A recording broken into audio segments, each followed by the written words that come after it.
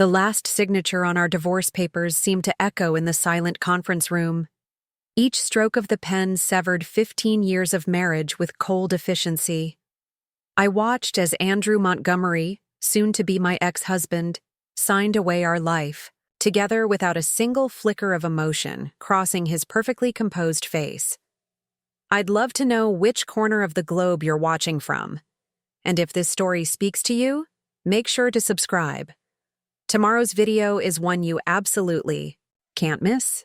That should finalize everything, his attorney said, gathering the documents with manicured hands.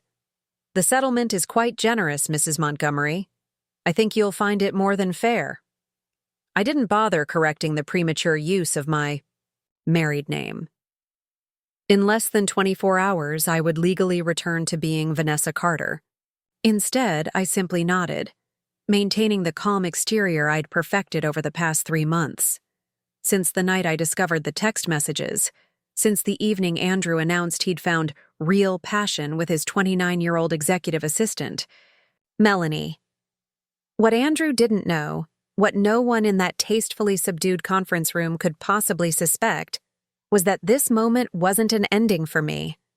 It was precisely the beginning I had been methodically orchestrating since the night my marriage shattered.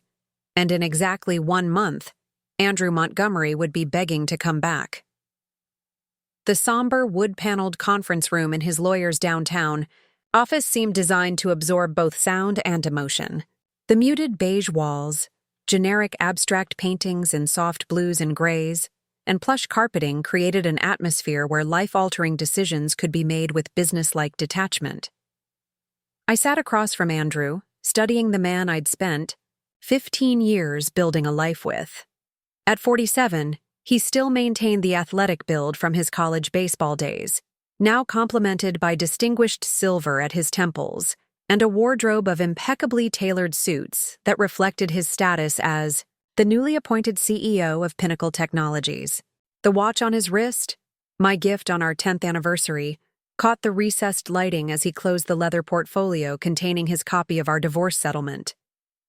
The division of assets is straightforward, my attorney, Diane Winters, explained in her crisp, professional tone. Mr. Montgomery will retain the family home in Westlake Hills. Mrs. Montgomery, she gestured toward me, will receive the downtown condo, a lump sum of $2.5 million scars, and her investment portfolio remains untouched. Both parties agree these terms are equitable given the circumstances. The circumstances being a delicately professional way of saying Andrew had carried on a 6-month affair with his executive assistant before informing me our marriage was no longer intellectually stimulating. The settlement was indeed financially generous. Andrew had insisted on it, perhaps to soothe his guilt, perhaps to expedite the process. He could certainly afford it as Pinnacle's new CEO, a promotion that had been announced the same week he told me our marriage was over. Convenient timing. Diane shot me a quick glance as she collected her copies of the documents. She'd advised me to push for more, convinced I could get half of everything, including future stock options. But I had declined. I didn't want his money. I had other plans that wouldn't appear on any financial disclosure form. Well then, Andrew's attorney, a silver-haired man named Harrison Powell who'd been handling Montgomery family legal matters for decades, stood and extended his hand toward me. I believe that concludes our business today. The divorce will be finalized by the court tomorrow morning. I shook his hand firmly, then turned to face Andrew, who was now standing as well, buttoning his suit jacket with the unconscious grace of a man accustomed to power and deference. "Vanessa," he said, the first word he'd directed at me during the hour-long meeting. "I wish you well." The practiced sincerity in his voice made something twist inside me. Not pain, as it might have 3 months ago, but a cold, calculated awareness of just how little this man actually knew me after 15 years of marriage. "Enjoy your new life, Andrew," I replied, my tone matching his politeness while masking everything beneath. I watched a flicker of unease cross his features, something in my eyes perhaps, something he couldn't quite place. He nodded slightly, then glanced at his watch. the one I'd given him, and made a subtle gesture to his attorney that it was time to leave. Of course, Melanie would be waiting for him, probably in the Tesla Model S he'd bought last month, another midlife crisis acquisition alongside the younger woman. They were planning a weekend getaway to Napa Valley next month to celebrate their new beginning. I knew this not because Andrew had told me, but because Pinnacle's executive assistant pool still contained several people who remembered my birthday. Cards and personal notes over the years when I'd been the supportive wife of a rising executive. Diane and I remained seated as Andrew and his attorney left the conference room. Only when the heavy door clicked shut did she turn to me with an expression that mixed professional respect with personal concern. "You're sure about this, Vanessa? The division is technically equitable, but given the length of your marriage and his recent promotion, we could have pushed for significantly more." I smiled, sliding my documents into the sleek leather portfolio I'd brought. "I have everything I need." "If you change your mind, we have 30 days to contest," she reminded me, though her tone suggested she already knew my answer. "I won't change my mind." She looked unconvinced, but nodded professionally. "Well, then it's been a pleasure working with you, Ms. Carter." Hearing my maiden name again felt strangely right. Vanessa Carter. I'd been Vanessa Montgomery for so long I'd nearly forgotten the woman I was before, the woman my grandmother had raised to be resilient, strategic, and patient. Thank you, Diane, for everything. We parted ways in the parking garage, and I drove. My Audi, another generous divorce gift, through midday traffic toward the downtown high-rise where I'd leased a condo last month. Andrew had seemed relieved when I'd moved out quickly, giving him and Melanie free rein of our Westlake Hills home with its infinity pool and temperature-controlled wine cellar. The condo was smaller, yes, but the wall-to-wall windows offered an unobstructed view of Lady Bird Lake and the downtown skyline, a perspective I'd been missing for years. As I navigated through the light midday traffic, my phone rang through the car's speakers. The name on the display brought my first genuine smile of the day. "Julia," I answered. "Is it done?" My oldest friend's voice was clear and direct. "Signed and filed. Final tomorrow morning. And how are you?" The question carried 15 years of shared history, including the night 3 months ago when I'd shown up at her door, phone in hand with the discovered text messages, seeking the one person who would understand without judgment. "I'm exactly where I need to be," I replied, changing lanes to take the exit toward downtown. Julia's short laugh held a note of approval. "Phase 1 complete then. Are you coming to the office? The team is waiting for updates." 20 minutes, I confirmed. "I need to change first. I'll have your coffee ready. The real stuff, not that watered-down chain store nonsense." The call ended, and I felt the weight of the divorce proceedings start to lift. The Vanessa who had sat across from Andrew today, quiet, acquiescent, broken, was a necessary mask. Now I could set it aside and become myself again. The parking. Garage beneath the unassuming office building on Barton Springs Road recognized my key card. I pulled into my designated spot, gathering my purse and the slim briefcase containing my copy of the divorce papers. The private elevator required both a keycard and fingerprint authentication, rising smoothly to the top floor without stopping. When the doors opened, Julia was waiting as promised, coffee in hand, strong, with just a hint of vanilla, the way I'd preferred it since our college days. At 45, my friend of 25 years still had the intense energy that had made her captain of our university debate team. Her dark hair was styled in a sleek bob that complemented her sharp features, and her charcoal pantsuit was impeccably tailored. "You look better than expected," she assessed, walking beside me down the minimalist hallway. "Less murderous than I anticipated." "Murder is messy," I replied, accepting the coffee.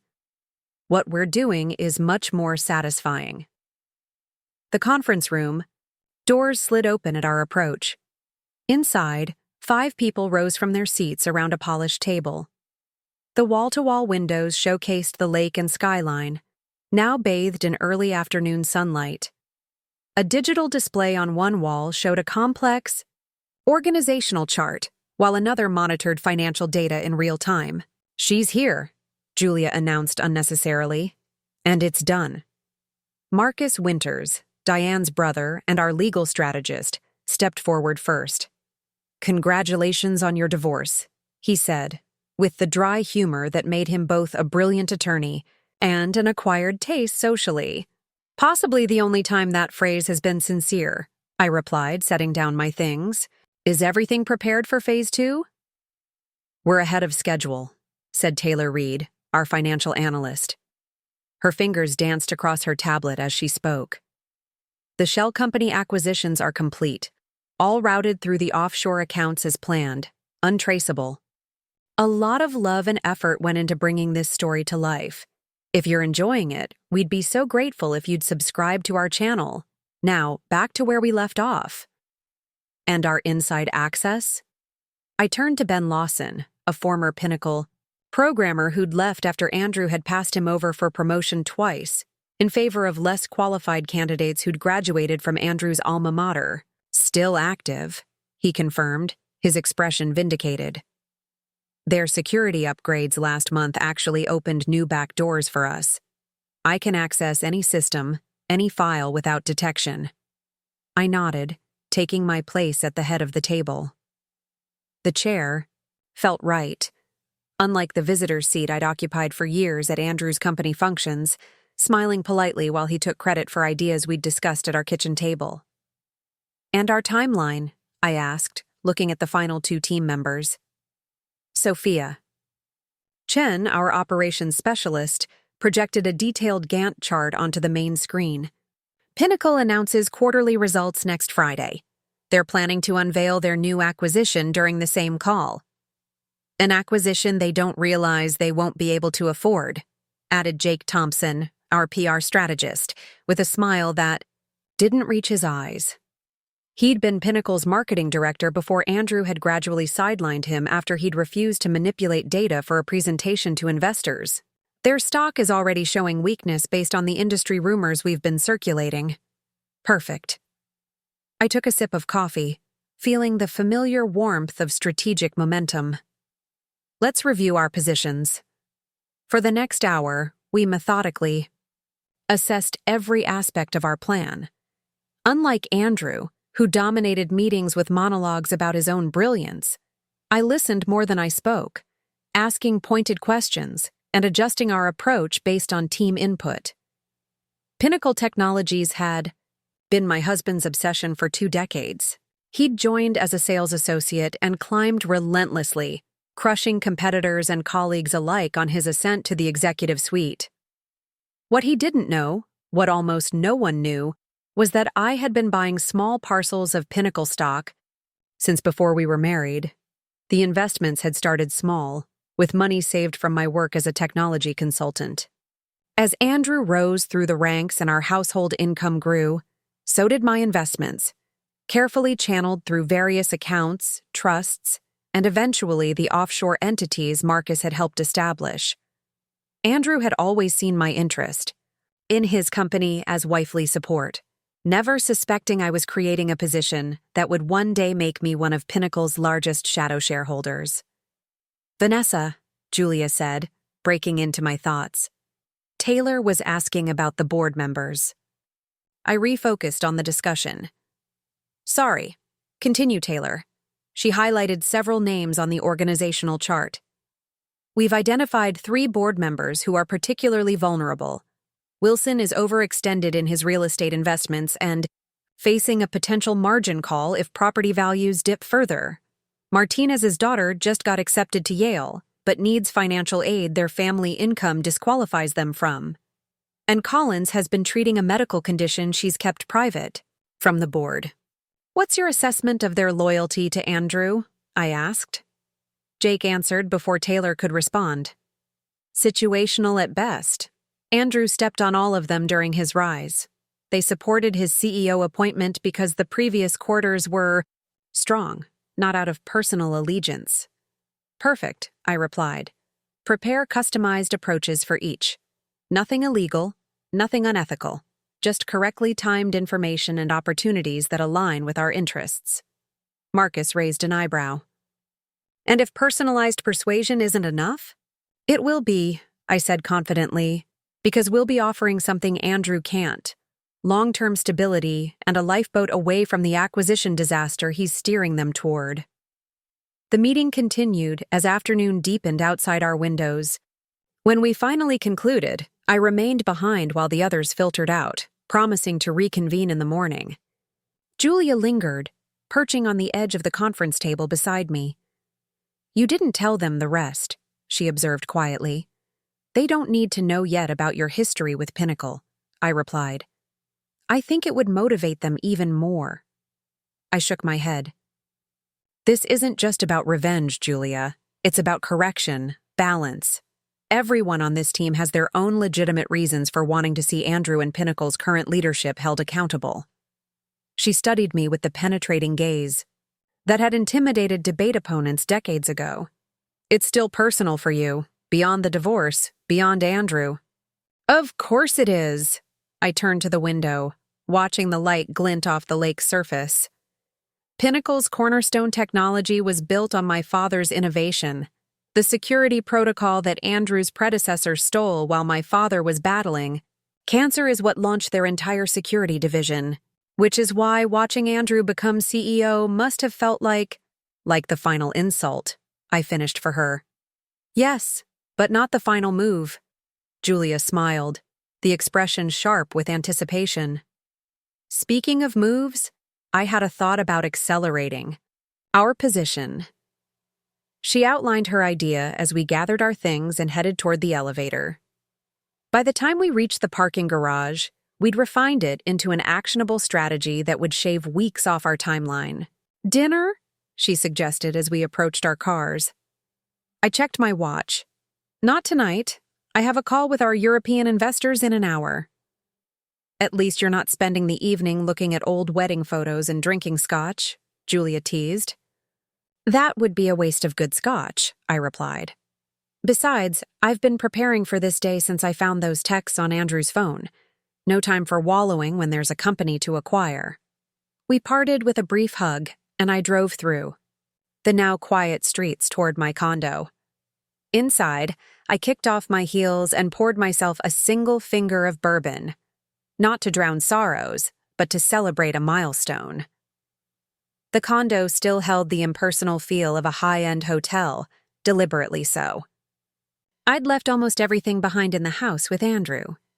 The few personal items I'd brought were still in boxes, except for one, a framed photo of my father in his university laboratory, proudly demonstrating the prototype that would later become Pinnacle's flagship security product.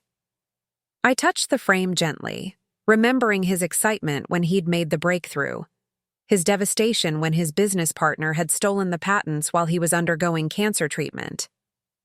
He died believing his life's work had been taken from him forever, never knowing that his daughter had spent 15 years methodically positioning herself to reclaim his legacy. My phone chimed with an incoming message. It was from Diane. Final. Divorce decree expedited. You're officially Vanessa Carter again. Congratulations. I smiled, setting down the phone and turning to my laptop. There was work to do before my investor call, numbers to review, projections to analyze, strategies to refine. The divorce had freed more than just my name. It had unleashed the focused determination I'd suppressed during years of playing the gay, supportive corporate wife. Andrew likely thought today marked the end of our story. He didn't yet realize it was merely the beginning of my own. 3 months earlier, on a crisp October evening, I had been preparing a surprise for Andrew's birthday, a rare night when we would both be home before 9. After 15 years of marriage, such evenings had become increasingly scarce as his responsibilities at Pinnacle Technologies grew.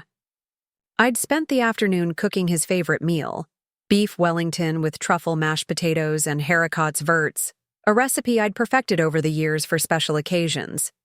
The dining room table was set with our wedding china, candles ready to be lit. a 2005 Bordeaux breathing in the crystal decanter my father had given us as a wedding gift. The scene was perfect, reminiscent of our early years together when celebrations had been intimate and meaningful, rather than networked and strategic. Andrew's text arrived at 6:42 p.m. Running late. Executive committee meeting went long. Start. Without me. Disappointment settled in my chest, but it wasn't unexpected. In the past year, he'd missed 2 anniversaries, a planned weekend getaway, and countless dinners. Each absence came with a similar explanation and an expensive gesture of apology afterward. Jewelry, designer handbags, weekend spa retreats. Would end up enjoying alone. I placed the beef Wellington in the warming drawer and poured myself a glass of wine. Rather than dwell on the empty chair across from me, I decided to finish reviewing the prospectus for a technology startup I was considering adding to my investment portfolio. Work that Andrew assumed was simply a hobby to keep me occupied while he built his career. His phone had been acting up that week, notifications sometimes failing to come through. When it chimed from where he'd left it on the kitchen counter that morning, I picked it up, thinking it might be another message about his timing. The screen displayed a text from Mel P. Can't wait for tomorrow night? Your wife still thinks you're in Chicago for the conference? The cabin is booked. Bringing that black lingerie you like so much. I stood motionless, the phone in my hand, suddenly feeling like it weighed 100 pounds. 3 more messages followed in rapid succession. Ordered that wine you love. 6 whole months we've kept this up. Who would have thought? This feels so right, Andrew. When are you going to tell her? I set the phone down exactly as I'd found it, my fingers trembling slightly. 6 months. While I'd been supporting his career moves, attending charity galas on his arm, and managing our household, he'd been carrying on an affair. The pieces clicked into place. The late nights, the sudden business trips, the unexplained charges to our credit card that he'd dismiss as client entertainment, rather than the blinding rage or debilitating grief that might have overwhelmed. Me in my younger years, I felt a strange, crystalline clarity. I returned to the dining room, extinguished the candles, and poured another glass of wine. Then I went to our home office and powered up my personal laptop, the one Andrew never used because it wasn't high performance enough for his needs. I opened a folder labeled Investment Strategies and created a new document titled Contingency Plan. By the time I heard Andrew's key in the lock 3 hours later, I had outlined the beginning of what would become my roadmap for the coming months. Vanessa? His voice echoed through the house, carrying the forced enthusiasm he'd adopted. Lately when addressing me, sorry I'm late, sweetheart. That meeting with the board just wouldn't end. I closed my laptop and took a deep breath, settling a mask of normalcy over my features before walking out to greet him. Andrew stood in our expansive foyer, still impeccably. Dressed despite the late hour, his tie loosened just enough to suggest he'd had a taxing day. You missed dinner? I said, keeping my tone light. There's a plate for you in the warming drawer. You're the best, he replied, setting down his briefcase, and crossing to kiss my cheek, a perfunctory gesture that barely made contact. Had it always been so mechanical, or had I simply failed to notice the gradual cooling of his affection? How was the meeting? I asked, watching him closely. Productive. We're finalizing the next-gen acquisition next week. Stock should jump 15% when we announce. He headed toward the kitchen, loosening his tie further. Did anything come for me today? I'm expecting some documents from Harrison. Nothing arrived, I replied, following him. Oh, you got some texts earlier. Your phone was chiming. His movement toward the warming drawer paused for just a fraction of a second, so brief anyone else might have missed it. Probably Jack from the board, he said with practiced casualness. He was supposed to send me the updated projections. I nodded, saying nothing about the actual source of the messages. I think I'll head up to bed. The beef Wellington is ready for you. You're not joining me? A hint of relief colored his tone, though his expression suggested disappointment. Headache, I offered as an explanation. But happy birthday, Andrew. I hope it was a good day. As I climbed the stairs to our bedroom, I heard him call out a distracted, "Thanks, honey."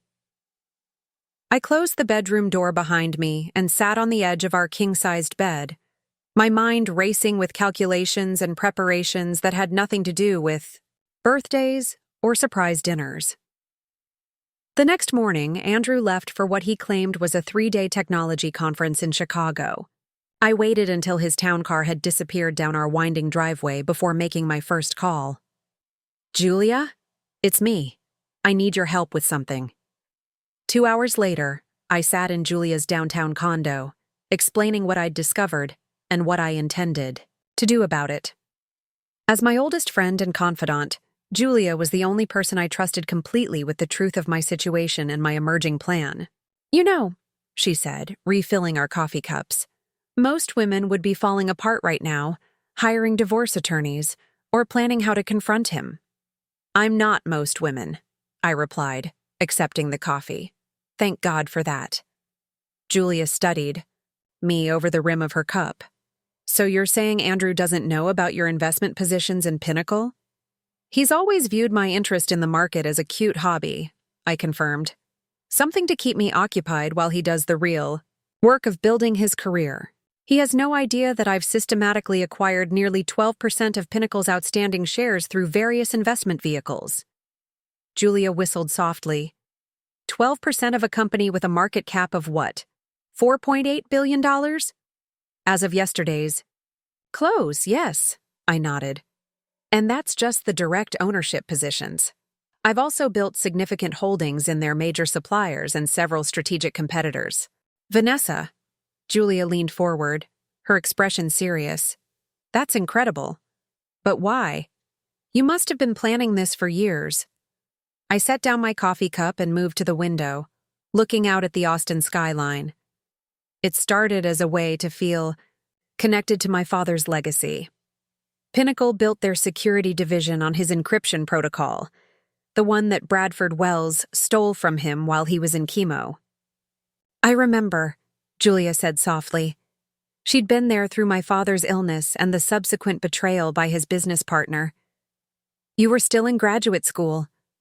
After Dad died, I decided his work shouldn't make Bradford Wells rich while Dad's name was forgotten. I started buying shares with my scholarship stipend, just a few at first. Then I met Andrew at that tech conference, and when I realized he worked for Pinnacle..." "You saw an opportunity," Julia finished for me. "Not at first," I admitted. "Initially, I was genuinely attracted to him.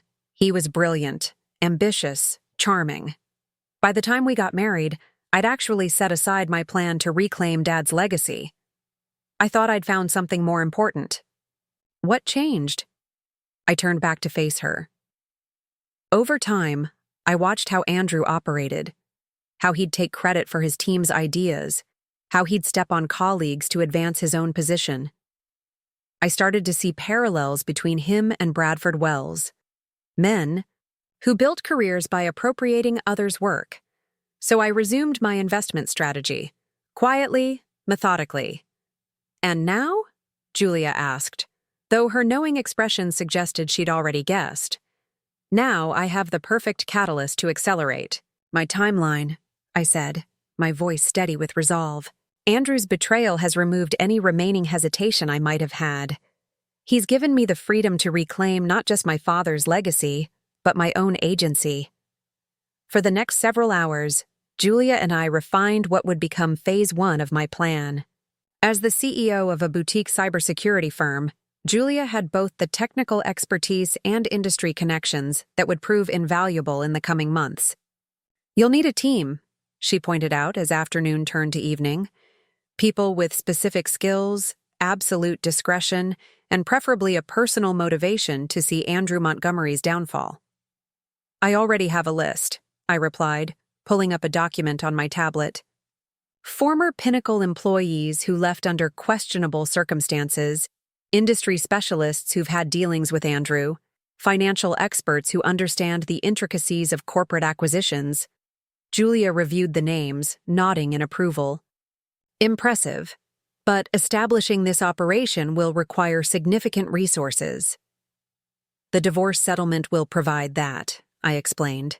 Andrew will insist on being generous, partly out of guilt, partly to expedite the process so he can move on with Melanie. His pride will prevent him from questioning why I'm not fighting for more. And you're certain he's involved with his assistant? This Melanie person? Melanie Patterson, I confirmed.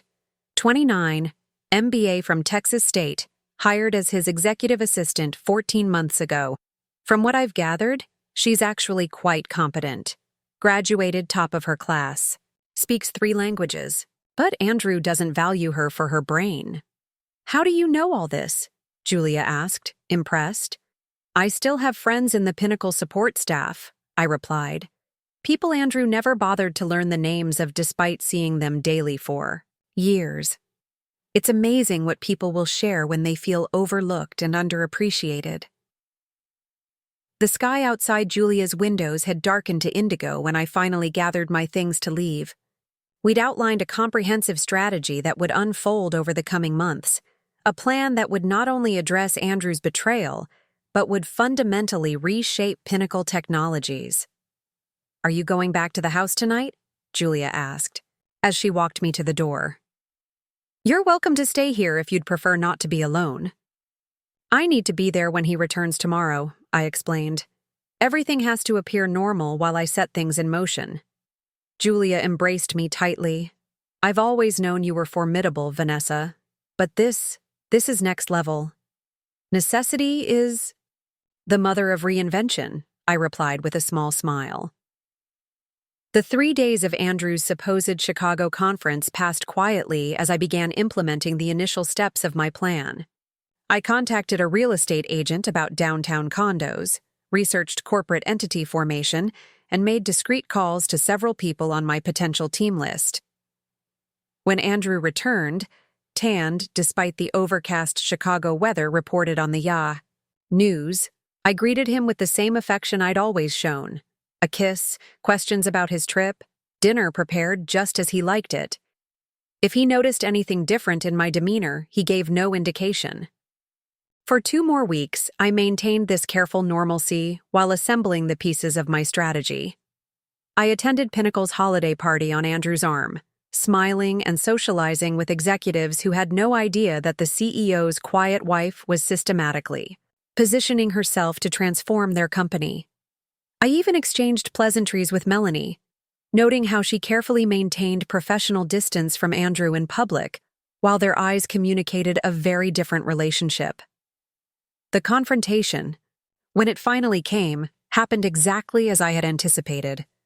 A Wednesday evening, Andrew arrived home later than usual, his expression set in what I'd come to recognize as his difficult conversation face. Vanessa, we need to talk, he said, finding me in the living room reviewing investment prospectuses that I calmly set aside. Of course, I replied, maintaining a neutral expression. Is everything all right? He sat in the armchair across from me rather than beside me on the sofa, creating physical distance to match the emotional chasm he was about to acknowledge.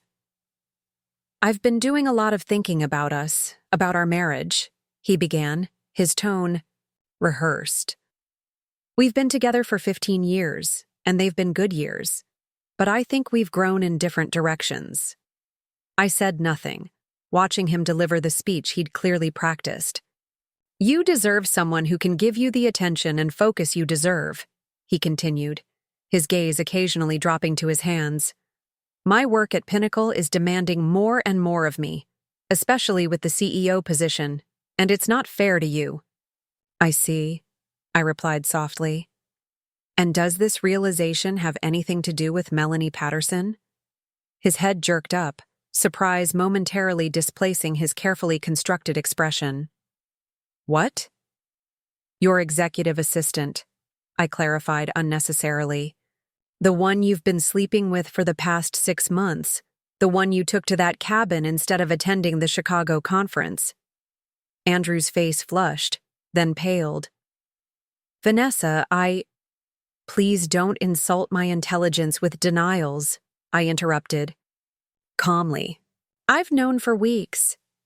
He stared at me, clearly thrown by my composed response. This wasn't how these conversations were supposed to go. I should have been crying, shouting, throwing things, not sitting calmly discussing his infidelity as if commenting on the weather. "Why didn't you say anything?" he finally asked. "I was waiting for you to be honest with me," I replied. "And now you have been, in your way." Andrew leaned forward, elbows on his knees. "I never meant to hurt you. It just happened. Melanie and I connected on a level that was unexpected. There's a passion, an intellectual stimulation that you feel has been missing in our marriage," I finished for him. "I understand."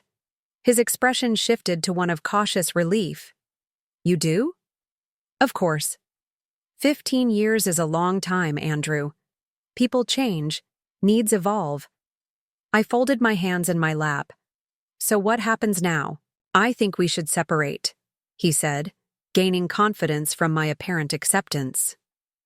"Amicably, with respect for what we've built together. I'll be generous with the settlement, of course. The house, financial support, whatever you need." Nodded thoughtfully. "And you and Melanie?" He had the grace to look slightly uncomfortable. "We'd like to move forward together, yes, but discreetly, with appropriate timing." "I appreciate your candor," I said, rising from the sofa. "I'll need some time to process this, but I think an amicable separation is best for both of us. I'll contact a lawyer tomorrow to begin the paperwork." Andrew stood as well, visibly relieved that the conversation had gone so smoothly. "I'm sorry, Vanessa. I really am. You've been an incredible partner all these years." "Just not the partner you want now," I observed without rancor. "It's not that simple," he protested weakly. "It rarely is," I agreed. "I think I'll stay in the guest room tonight. Give us both some space to adjust to this new reality." As I left the room, I felt Andrew's confused gaze following me. He had clearly expected tears, recriminations, perhaps even pleas to reconsider. My calm acceptance had left him unbalanced, the first small victory in what would become a precisely orchestrated campaign. In the guest room, I sent a single text to Julia. "It's official. Phase 1 begins tomorrow." Her response came seconds later. "War room ready when you are." I placed the phone on the nightstand and opened my laptop, reviewing once more the document that had grown from contingency plan into a comprehensive strategy for the coming months. Andrew believed tonight marked the beginning of his new life, with Melanie. He had no idea it actually marked the beginning of my calculated response to not just his betrayal, but to years of underestimation and dismissal. Tomorrow, Vanessa Carter would emerge from the shadow of Vanessa Montgomery, and Andrew would eventually realize too late that the quiet, supportive wife he'd so easily discarded had been the architect of something far more significant than he could imagine. The morning after Andrew's confession, I awoke before dawn in the guest bedroom. For a moment, the unfamiliar surroundings disoriented me. Then the previous evening's conversation flooded back. Rather than the crushing heartache that might have overwhelmed me in the past, I felt oddly liberated. The mask I'd worn for years could finally be set aside. I slipped out of bed and changed into running clothes. The house was silent as I made my way downstairs, careful to avoid the third step that always creaked. Outside, the first hints of daylight were just beginning to soften the eastern sky.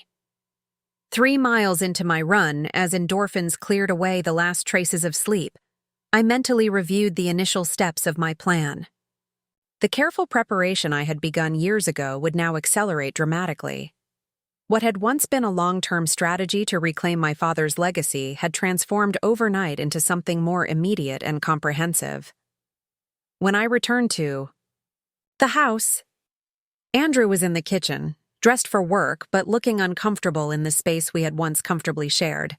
"I didn't realize you still ran," he remarked, watching me fill a water bottle. "There's a lot you don't realize about me," I replied without hostility. "I'll be moving my things to the guest room today, And I've scheduled a meeting with Diana Winters to discuss the divorce. He nodded, seemingly relieved by my businesslike approach.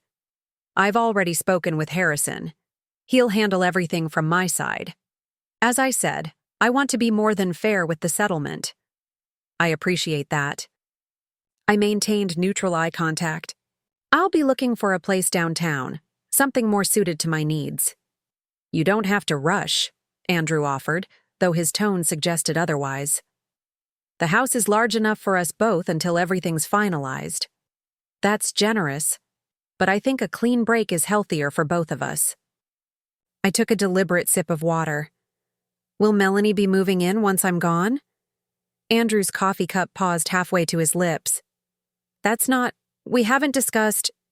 It's a practical question, not an accusation, I clarified. I'm trying to establish a reasonable timeline for my departure.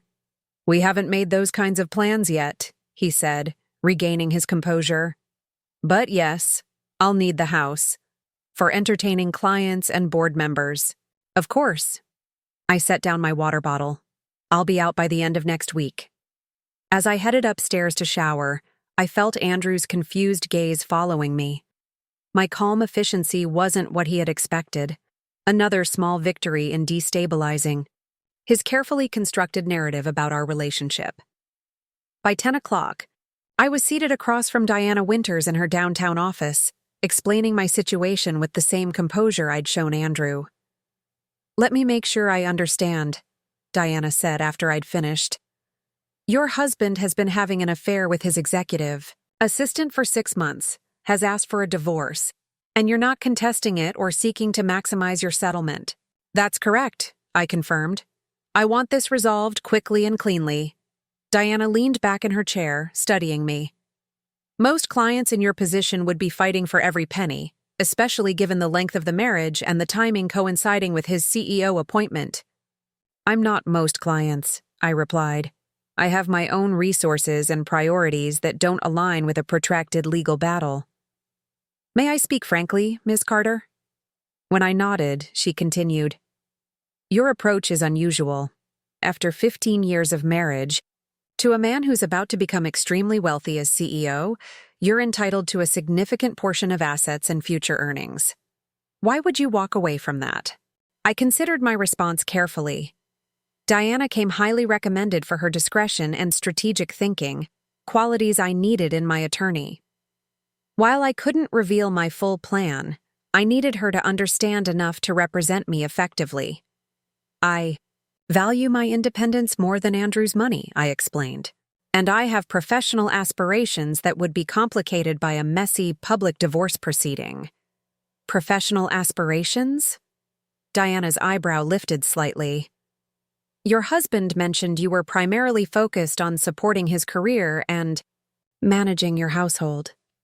Andrew sees what he expects to see, I replied with a small smile. My involvement in the technology sector has been more substantial than he realizes. Understanding dawned in Diana's eyes. I see. And these aspirations would be hindered by drawing out the divorce or seeking maximum financial compensation? Precisely. Time and reputation are more valuable to me than an extra few $1 million. Diana nodded, making notes in her leather portfolio. In that case, I recommend we proceed with a straightforward division of assets. The downtown condo, your existing investment accounts, and a reasonable one-time settlement that acknowledges the marriage length without appearing punitive. Perfect, I agreed. And Diana, I'd appreciate it if this conversation stays strictly between us. Andrew believes I'm accepting less than I could get because I'm either too emotionally fragile or financially naive to fight for more. That misconception serves my purposes. Her lips quivered with a small smile. Client confidentiality is absolute, Ms. Carter, and for what it's worth, I look forward to seeing what happens when your husband realizes his mistake. From Diana's office, I drove directly to the address Julia had texted me earlier. A nondescript office building on Barton Springs Road, its mirrored windows reflecting the winter sunshine. The security guard in the lobby checked my ID before issuing a temporary access card. The elevator required both the card and a numeric code Julia had provided, confirming this wasn't an ordinary office building. The elevator opened directly into a reception area where Julia waited, her expression a mix of concern and determination. "How did it go with the attorney?" she asked, leading me through glass doors into a space that looked more like a high-tech command center than a traditional office. "Exactly as expected," I replied, taking in the multiple monitors displaying financial data, organizational charts, and what appeared to be internal Pinnacle communications. "Diana will handle the divorce exactly as we need it. She suspects there's more to my strategy, but isn't asking questions." "Good." The team is assembled in the main conference room. The space Julia had secured for our operation was impressive. $5,000. Square feet of premium office space with state-of-the-art security and technology infrastructure. The conference room she led me to featured a massive table surrounded by 7 people, most of whom I recognized from the dossiers I'd compiled. "Everyone," Julia announced as we entered, "this is Vanessa Carter." The group turned toward me with expressions ranging from curiosity to outright admiration. Julia proceeded with introductions. Marcus Winters, corporate attorney and Diana's brother. He specializes in mergers, acquisitions, and shareholder actions. A man in his late 40s with salt and pepper hair nodded. "Ms. Carter, Julia has shared some intriguing aspects of your situation. I'm eager to hear more." Taylor Reed, financial analyst formerly with Goldman Sachs. She's mapped the entirety of Pinnacle's financial structure, including vulnerabilities we can leverage. A woman about my age with sharp eyes and a no-nonsense demeanor offered a brief smile. "Your investment positioning in Pinnacle is impressive. Most activist investors take years to build that kind of stake without triggering SEC filing requirements." Ben Lawson, cybersecurity specialist. He worked at Pinnacle until Andrew blocked his promotion to senior architect 3 years ago. A man with intense eyes and a quiet demeanor simply nodded. "Your father's encryption protocol was revolutionary. Bradford Wells didn't just steal it. He stripped out the most elegant aspects before implementing it." The introductions continued. Sophia Chen, operations specialist, Jake Thompson, former Pinnacle marketing director, and Ryan Miller, industry analyst with connections throughout the tech sector. When Julia finished, I remained standing, studying. The assembled group, each person selected not just for their skills, but for their motivation to see Andrew Montgomery and the current Pinnacle leadership held accountable for past actions. "Thank you all for coming," I began. "I know Julia has shared the outline of what we're planning, but I want to be clear about both our objectives and our methods. What we're undertaking isn't about revenge, it's about correction and reclamation." I moved to the monitor wall, bringing up an image of Pinnacle's original encryption protocol, my father's work. 15 years ago, Bradford Wells stole Anton Carter's groundbreaking security technology while my father was battling cancer. He repackaged it, stripped away attribution, and built Pinnacle's security division on that foundation. My father died believing his life's work had been taken from him forever. I changed the display to show Pinnacle's current organizational chart, with Andrew's face prominently featured at the top.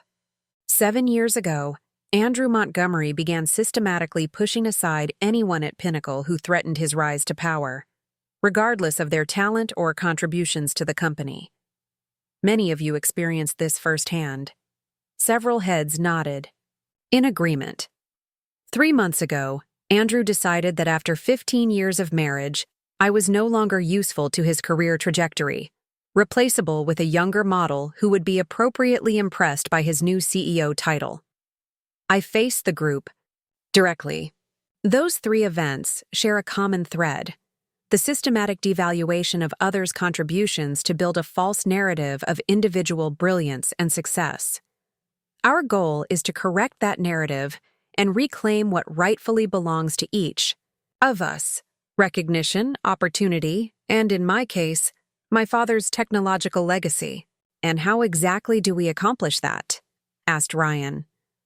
Pinnacle is an established industry leader with a $4.8 billion market cap and significant institutional investor support. I smiled. By using the same traits that have made Andrew and Bradford Wells successful against them: hubris, tunnel vision, and a fundamental misunderstanding of who they're dealing with. For the next hour, I outlined the comprehensive strategy I had been refining for years, now accelerated and enhanced by recent events. I explained how my carefully constructed ownership position in Pinnacle, currently at 12% and growing, provided the foundation for a more aggressive approach. While Andrew thinks I'm quietly accepting his terms and retreating from his life, we'll be systematically increasing our position through these offshore entities, I explained, displaying a complex ownership structure on the main screen.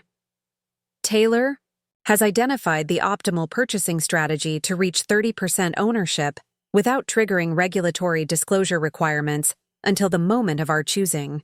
And once we hold 30%? Asked Marcus. We leverage that position to force a board reorganization, I explained.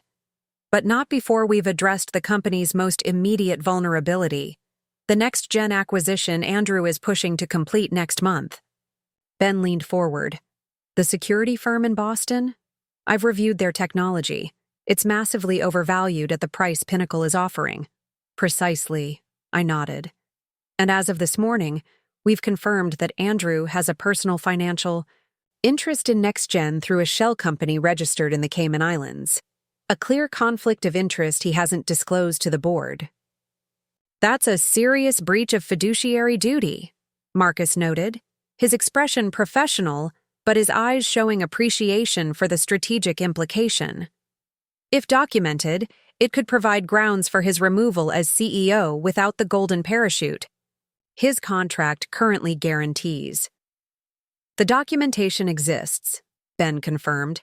I've identified the digital trail linking Andrew to the shell company. The question is how and when to deploy that information.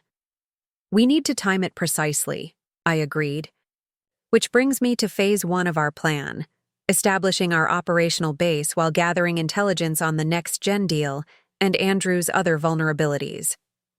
I outlined the immediate next steps: securing our office infrastructure, establishing secure communications protocols, and implementing the financial mechanisms for our continued acquisition of Pinnacle shares. Meanwhile, I continued, I'll maintain the appearance of a woman gracefully accepting divorce, focusing on finding a new place to live and rebuilding my life. Andrew's perception of me as emotionally fragile but ultimately cooperative is crucial to maintaining our information advantage. And what about Melanie Patterson? Asked Sophia. If she's as competent as her background suggests, she could be a factor we need to account for. Melanie is ambitious but short-sighted, I replied. Her relationship with Andrew gives her access, but also creates a significant blind spot. Her loyalty is to the narrative of their relationship, not to Andrew himself. When that narrative is threatened, she'll prioritize self-preservation. As our meeting concluded, I could feel the energy in the room, the collective focus of talented people united by a common purpose. Julia walked me back to the reception area while the others began implementing their assigned tasks. That went well, she observed. They're impressed by your strategic thinking. They haven't seen anything yet, I replied. This is just the foundation. Speaking of foundations, Julia handed me a tablet displaying real estate listings. I've scheduled viewings for these 3 properties tomorrow, all downtown, all with the security features you specified, and all available for immediate occupancy. Scanned the listings, focusing on a sleek high-rise unit with unobstructed lake views. This one, it's perfect. I thought you'd choose that one, Julia smiled. I've already prepared the offer documents. We can submit it this afternoon. Cash offer, closing in 7 days.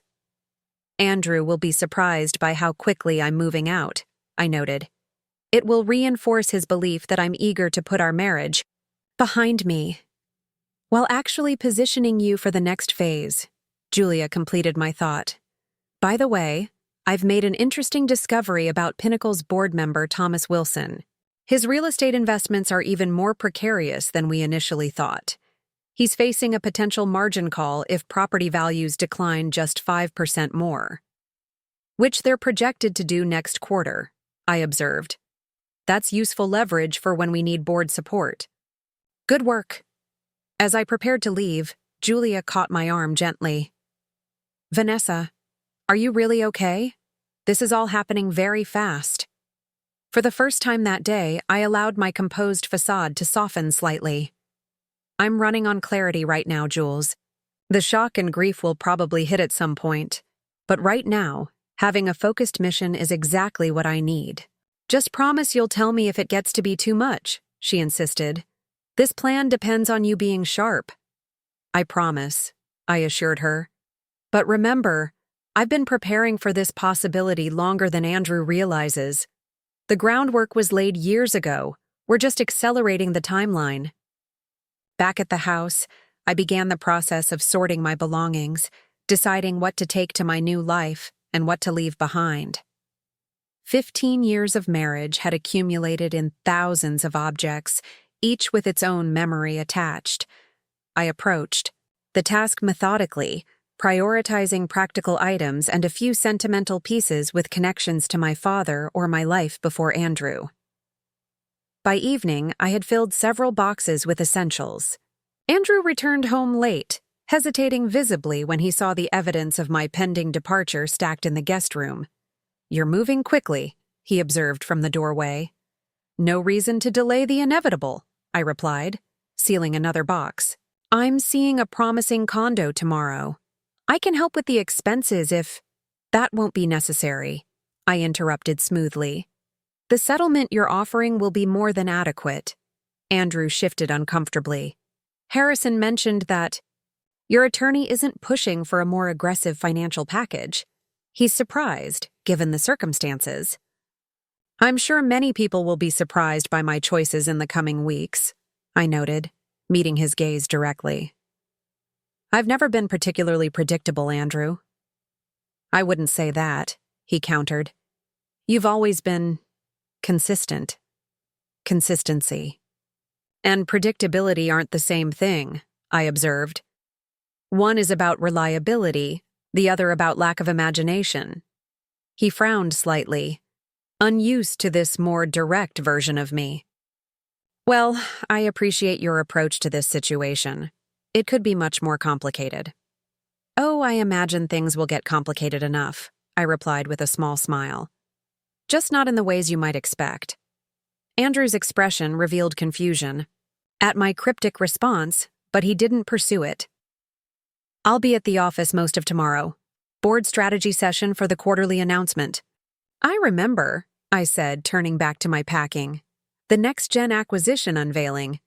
It should be quite the statement." He paused. "How did you know about next-gen? We haven't made that public yet." I glanced up, allowing a flash of vulnerability to show. "You mentioned it a few weeks ago. At dinner, I think. One of the few evenings you were home before 9. The momentary suspicion in his eyes faded, replaced by faint guilt. "Right. Well, good night then." After he left, I sent a brief text to Julia. "Andrew mentioned a board strategy session tomorrow for the next-gen announcement. Can Ben accelerate access to their internal communications?" Her response came quickly. "Already done. We're monitoring in real time. The offer price is even higher than we anticipated. Their due diligence is surprisingly shallow." I smiled, putting away my phone and continuing to pack. Andrew's carelessness with confidential information had always been a weakness. Mentioning details of pending deals during dinner parties, leaving sensitive documents visible on his home office desk, discussing board politics while getting ready for bed. He assumed his wife was either uninterested or incapable of understanding the implications of what he revealed. That underestimation had allowed me to gather intelligence for years, subtle data points that, when combined with my own research, had created a comprehensive picture of Pinnacle's operations, vulnerabilities, and opportunities. Now that intelligence would serve a new purpose. As I prepared for bed in the guest room that night, I reviewed the day's progress. The The divorce proceeding was initiated exactly as planned. The team was assembled and operational. The condo would provide both a new home base and visible evidence of my moving on narrative. And perhaps most importantly, Andrew remained completely unaware of the machinery now in motion. My phone chimed with one final message from Ben. Confirmed Andrew's undisclosed 8% ownership stake in NextGen through a Cayman entity. Documentation. Secured. Wilson's margin call vulnerability verified by secondary sources. We're ready when you give the word. I sent a simple reply. Excellent. Maintain surveillance. No action until after quarterly announcement. Let him commit publicly first. Setting down the phone, I allowed myself a moment of quiet satisfaction. The preparation work I had begun years ago was now fully activated, with a clear path forward. Andrew believed I was simply a soon-to-be ex-wife gracefully exiting his life, creating space for his new relationship with Melanie. He would realize far too late that I was actually the architect of something much more significant, a comprehensive reclamation of not just my father's legacy, but my own power and agency. The careful groundwork had been laid. Now the real work could begin. The real estate agent's heels clicked against the polished concrete floors of the downtown high-rise condo as she led me through the space. Floor-to-ceiling windows showcased Lady Bird Lake and the Austin skyline. Beyond, bathed in morning light. As you can see, Miss Carter, the previous owner upgraded all fixtures and appliances before listing, she explained, gesturing toward the sleek kitchen with its quartz countertops and commercial-grade appliances. The building offers 24-hour security, concierge service, and restricted elevator access. And the home office? I asked, already envisioning how the space would serve my needs. This way, she led me down a hallway to a room with 3 walls, of windows and built-in shelving. The current setup includes hardwired internet with redundant fiber connections and enhanced soundproofing. I nodded appreciatively. The space was perfect, not just for its aesthetic appeal, but for its functionality. Julia had selected well. I'd like to make an offer, I said, turning to the agent. Full asking price, cash, closing as soon as possible. The agent's professional demeanor slipped momentarily, revealing surprise. That's very straightforward. Miss Carter, the seller will certainly appreciate a clean offer. I should mention there's already some interest from— I understand, I interrupted gently. That's why I'm prepared to offer 5% above asking to secure immediate acceptance, with no contingencies and closing within 7 days. Her eyes widened slightly. I'll present your offer immediately. May I ask what you do for a living, Ms. Carter? For the application? I'm a technology investment consultant, I replied with a smile. Specializing in cybersecurity and encryption. Technologies. It was the truth, if significantly understated. What I didn't share was that my consulting work had evolved from a side project into a multi-million-dollar investment portfolio, one that Andrew had dismissively referred to as my little hobby on the rare occasions he acknowledged it at all. Backseat. In my car, I called Julia to update her on the condo. Her approval was immediate. Perfect location. You'll be 10 minutes from our operations center and equally close to Pinnacle's headquarters if we need direct surveillance. Have Ben and Taylor made progress on the next-gen analysis? I asked, navigating through downtown traffic. Substantial, Julia confirmed. Taylor's completed a deep dive on their finances. Their client retention metrics are significantly overstated, and their latest security protocol, the one Andrew is so excited about, has fundamental vulnerabilities been identified. Within hours of reviewing the code, which Andrew either missed or ignored during due diligence, I noted. Interesting. More interesting is that Thomas Wilson sits on the investment committee that approved the acquisition despite these red flags, Julia added. His financial desperation appears to be clouding his judgment. Or Andrew provided incentives for his approval, I suggested. Let's look into any unusual transactions in Wilson's accounts around the time of the committee vote. Already underway, Julia assured me. By the way, we've scheduled a team briefing on your technology background for this afternoon, 4 o'clock at the Operations Center. I'll be there, I promised before ending the call. The afternoon found me at a local coffee shop, Neutral Territory, where I'd agreed to meet Elise, a former Pinnacle administrative assistant who had worked directly with Andrew before Melanie's arrival. Elise had reached out shortly after learning of our separation, expressing sympathy that I recognized as genuine. "Thank you for meeting me," she said as she slid into the chair across from me, clutching her latte nervously. "I wasn't sure if you'd want to." "I appreciate your message," I replied warmly. "How are you? I heard you left Pinnacle." 6 months ago, she confirmed. After Mr. Montgomery hired Melanie, my position became uncomfortable. "I can imagine," I said, keeping my tone compassionate rather than prying. Elise hesitated, then leaned forward. "That's actually why I wanted to talk to you. There are things you should know, things that happened before, well before he left you." "Elise, you don't have to." "I do," she insisted. What happened wasn't right, and I felt guilty for not speaking up sooner. For the next 20 minutes, Elise detailed patterns of behavior I already suspected.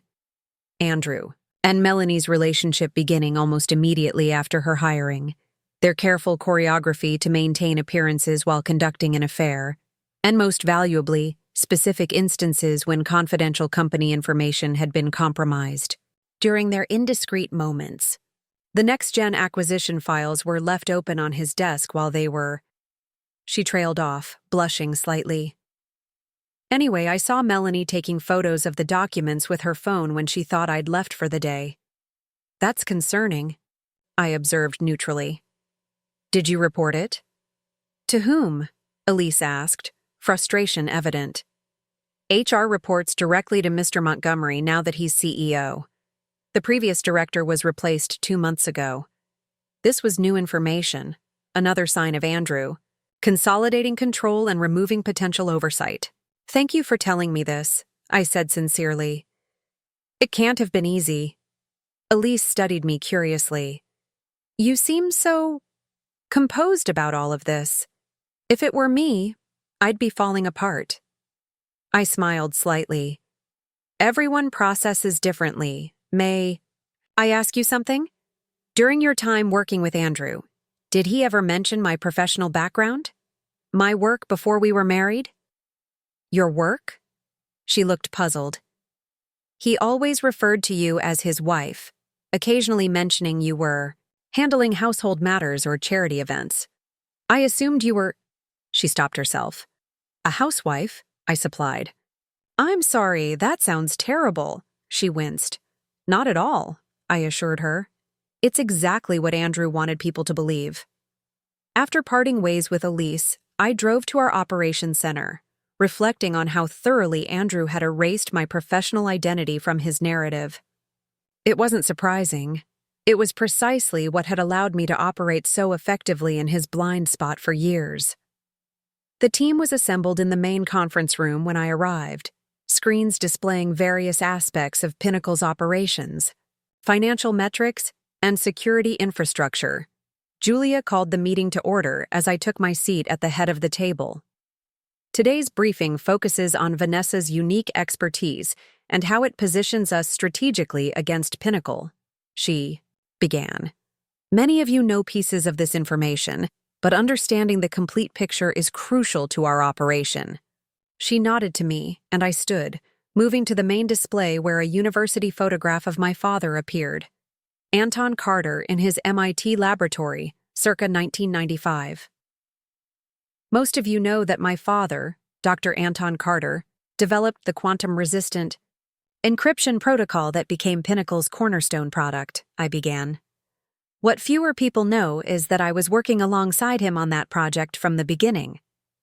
I advanced the slide to show a younger version of myself in the same laboratory, working at a complex array of equipment. I wasn't just his daughter, I continued. I was his research assistant throughout my undergraduate years at MIT, where I double majored in computer science and cryptography. When Bradford Wells stole my father's work during his cancer treatment, I wasn't just a bystander. I was a collaborator whose contributions were also stolen. Ben Lawson leaned forward, his expression revealing new understanding. The nested authentication architecture, that was your work, wasn't it? It never matched your father's coding style. It was, I confirmed. I developed that component during my senior year. Bradford stripped the attribution when he patented the technology under Pinnacle's name. I advanced to the next slide, showing my graduate credentials from Stanford. After my father's death, I completed my PhD in advanced cryptographic systems, focusing on quantum-resistant methodologies.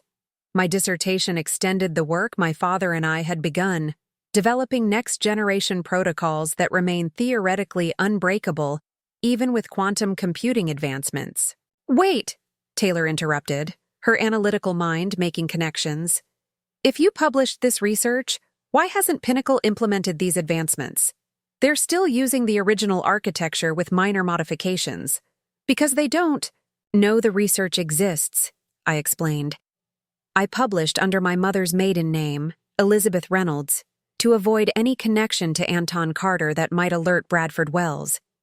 The academic community knows Dr. Reynolds as a brilliant but reclusive theorist who publishes groundbreaking papers but doesn't attend conferences or accept speaking engagements. Marcus whistled softly. That's playing the long game. It wasn't just about avoiding detection, I clarified.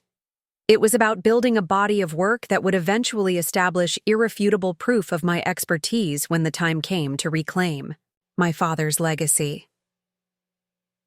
The next slide displayed a list of patents, 27 in total, all registered to Elizabeth Reynolds over the past 15 years. These patents form a comprehensive security framework that makes Pinnacle's current technology obsolete, I explained. They've been quietly held in a trust, unavailable for licensing, until now. You're saying you've developed technology that leapfrogs Pinnacle's entire security division? Ryan asked, his industry analyst's mind clearly calculating the market. Implications, not just leapfrogs, I corrected, renders it fundamentally obsolete. The next-gen acquisition Andrew is pursuing? Their breakthrough protocol is already 3 generations behind what I've developed. The room fell silent as the team processed this revelation. Julia took the opportunity to advance to the next slide, showing my investment portfolio's performance over the past decade. Meanwhile, she continued, Vanessa has leveraged her technical expertise into an investment strategy focusing exclusively on cybersecurity and encryption technologies. Her portfolio has outperformed every major index by an average of 34% annually for the past decade. This wasn't just about making money, I added. It was about building relationships throughout the industry, identifying promising startups, mentoring emerging talents, and creating a network of allies who understand encryption at a fundamental level. I moved to the final slide, showing a complex ecosystem of companies, research institutions, and individual technologists, all connected through investment relationships, advisory roles, and collaborative projects. This network represents the future of encryption technology, I explained. Companies developing applications based on theoretical frameworks I established years ago. Researchers extend those frameworks into new domains. Venture capital firms funding the next generation of security startups, many of whom I've advised anonymously as Elizabeth Reynolds. The implications weren't lost on the team. Taylor was the first to verbalize it. So when we move against Pinnacle, she said slowly, we're not just leveraging financial positioning or corporate governance challenges. We're offering a genuine technological alternative that could reshape the entire industry. Precisely, I confirmed. Andrew and Bradford believe they're industry leaders because they've never looked beyond their own ecosystem. They've been competing against what they can see, unaware that an entirely different paradigm has been developing in parallel. This changes our timeline considerations, Marcus noted. The technological advantage creates opportunities beyond simply exposing Andrew's conflict of interest with NextGen. It also explains why you were willing to accept a seemingly modest divorce settlement, Sophia added. The value of these patents and investments dwarfs whatever Andrew might have offered. Zi nodded, returning to my seat. The settlement isn't about money. It's about freedom to operate without Andrew's awareness or interference while we position ourselves for the next phase. The team spent the next hour discussing the strategic implications of this new information, identifying ways to leverage my technological expertise alongside our financial and governance strategies. As the meeting concluded, Ben approached me privately. I studied your father's work at MIT, he said quietly. It was revolutionary, years ahead of its time. I always wondered why he stopped publishing after the initial breakthrough. He didn't stop, I replied. Bradford Wells made sure his later work wasn't recognized or attributed properly.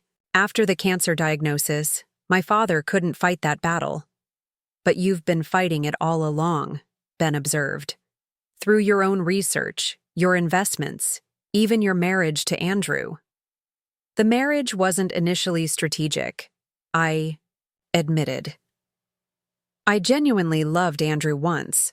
But when I recognized the same patterns of behavior that I'd seen in Bradford Wells, taking credit for others' work, prioritizing personal advancement over innovation, I began preparing for this eventuality. Ben nodded thoughtfully. Your father would be proud, not just of the technical achievements, but of your patience and strategic thinking. After the team dispersed to their respective tasks, Julia remained behind with me in the conference room. You didn't mention your active security consulting, she noted. The work you've been doing with the European Banking Consortium and the Asian Telecommunications Alliance. It wasn't relevant to the immediate strategy, I explained. And maintaining. My Elizabeth Reynolds identity separation is still important until we're ready to reveal that connection. Fair enough, Julia conceded. By the way, your condo offer was accepted. We can close by Friday. Perfect timing, I replied. Andrew's expecting me to be out of the house by the weekend. Being able to move directly into the new place maintains our narrative of amicable separation. Julia studied me for a moment. Do you ever wonder what would have happened if you'd shown Andrew your true capabilities from the beginning? If you'd been Dr. Vanessa Carter, cryptographic genius, instead of Vanessa Montgomery, supportive wife? I considered the question seriously. I've asked myself that many times. Early in our relationship, I nearly revealed everything. But each time I started to share my work, Andrew would make some dismissive comment about theoretical academics or impractical security protocols. It became clear that he wasn't interested in a professional equal. He wanted an admiring supporter. His loss, Julia said firmly. His pattern, I corrected. The same reason he's pushed aside talented people at Pinnacle who challenged his ideas. The same reason he's now with Melanie, who reinforces his self-image rather than expanding his thinking. Later that evening, I returned to the house to continue packing. Andrew was in his home office, door slightly ajar, his voice carrying as he spoke on the phone. The board presentation is ready, he was saying. Next Gen's security protocol is exactly what we need to maintain market dominance. The acquisition price is justified by their intellectual property portfolio alone. I moved quietly past the door, not wanting to alert him to my presence, but he caught sight of me and waved me in, covering the phone's microphone. Hang on, Jack, he said before addressing me. How was your day? Did you find a place? I did, I replied. A condo downtown. I'll be moving on Friday. That's fast, he commented, seemingly caught between relief and surprise. No reason to prolong the inevitable, I echoed my previous sentiment. I heard you discussing the next-gen acquisition. That's the big announcement for the quarterly call, right? Andrew's expression shifted subtly, professional caution replacing casual inquiry. Yes, though that's still confidential information, until the public announcement. Of course, I assured him. I was just making conversation. I'm heading upstairs to pack the rest of my clothes. As I turned to leave, Andrew called after me. Vanessa, Harrison mentioned that you're listed as a technology investment consultant on your financial disclosure forms. I didn't realize you were doing consulting work. I paused in the doorway. There's a lot we haven't discussed in recent years, Andrew. My professional activities included. What kind of technology consulting? He pressed, genuine curiosity now evident. Specialized applications of encryption protocols, I replied truthfully but vaguely. Mostly for international clients. Encryption? Andrew looked genuinely surprised. Like what we do at Pinnacle. Not exactly, I said with a small smile. Different applications? Different methodologies? I had no idea you were interested in that field, he said, frowning slightly. You never asked, I pointed out gently before continuing upstairs. His puzzled expression as I walked away confirmed what I had long suspected. Andrew had constructed such a limited perception of me that he couldn't reconcile even this small glimpse of my actual expertise with the supportive wife he thought he knew. In the guest room, I received a text from Taylor. Wilson made 3 unusual withdrawals totaling $750K in the week before approving next-gen acquisition. Offshore account identified. Full documentation secured. I replied simply, Excellent. Maintain surveillance. No action yet. The pieces were falling into place more quickly than anticipated. Andrew's conflict of interest with NextGen, Wilson's financial manipulation, and Melanie's inappropriate access to confidential documents created a perfect storm of vulnerability at precisely the moment when Pinnacle needed clear leadership and ethical governance. As I continued packing my belongings, I reflected on the expertise I had cultivated over 15 years, not just in cryptography and security protocols, but in understanding how power operated in the technology sector, how information flowed through networks both digital and human, and how strategic patience often yielded better results than immediate confrontation. Andrew had never seen these qualities in me because he hadn't been looking for them. He had categorized me as a supporting character in his professional narrative, never suspecting that I was simultaneously writing my own story, one in which his role would ultimately prove far less significant than he imagined. The contrast between his perception and reality would soon become apparent to everyone, including Andrew himself. The thought brought not vindictive pleasure, but a sense of professional satisfaction. The same feeling I experienced when a complex encryption algorithm finally achieved perfect balance between security and efficiency.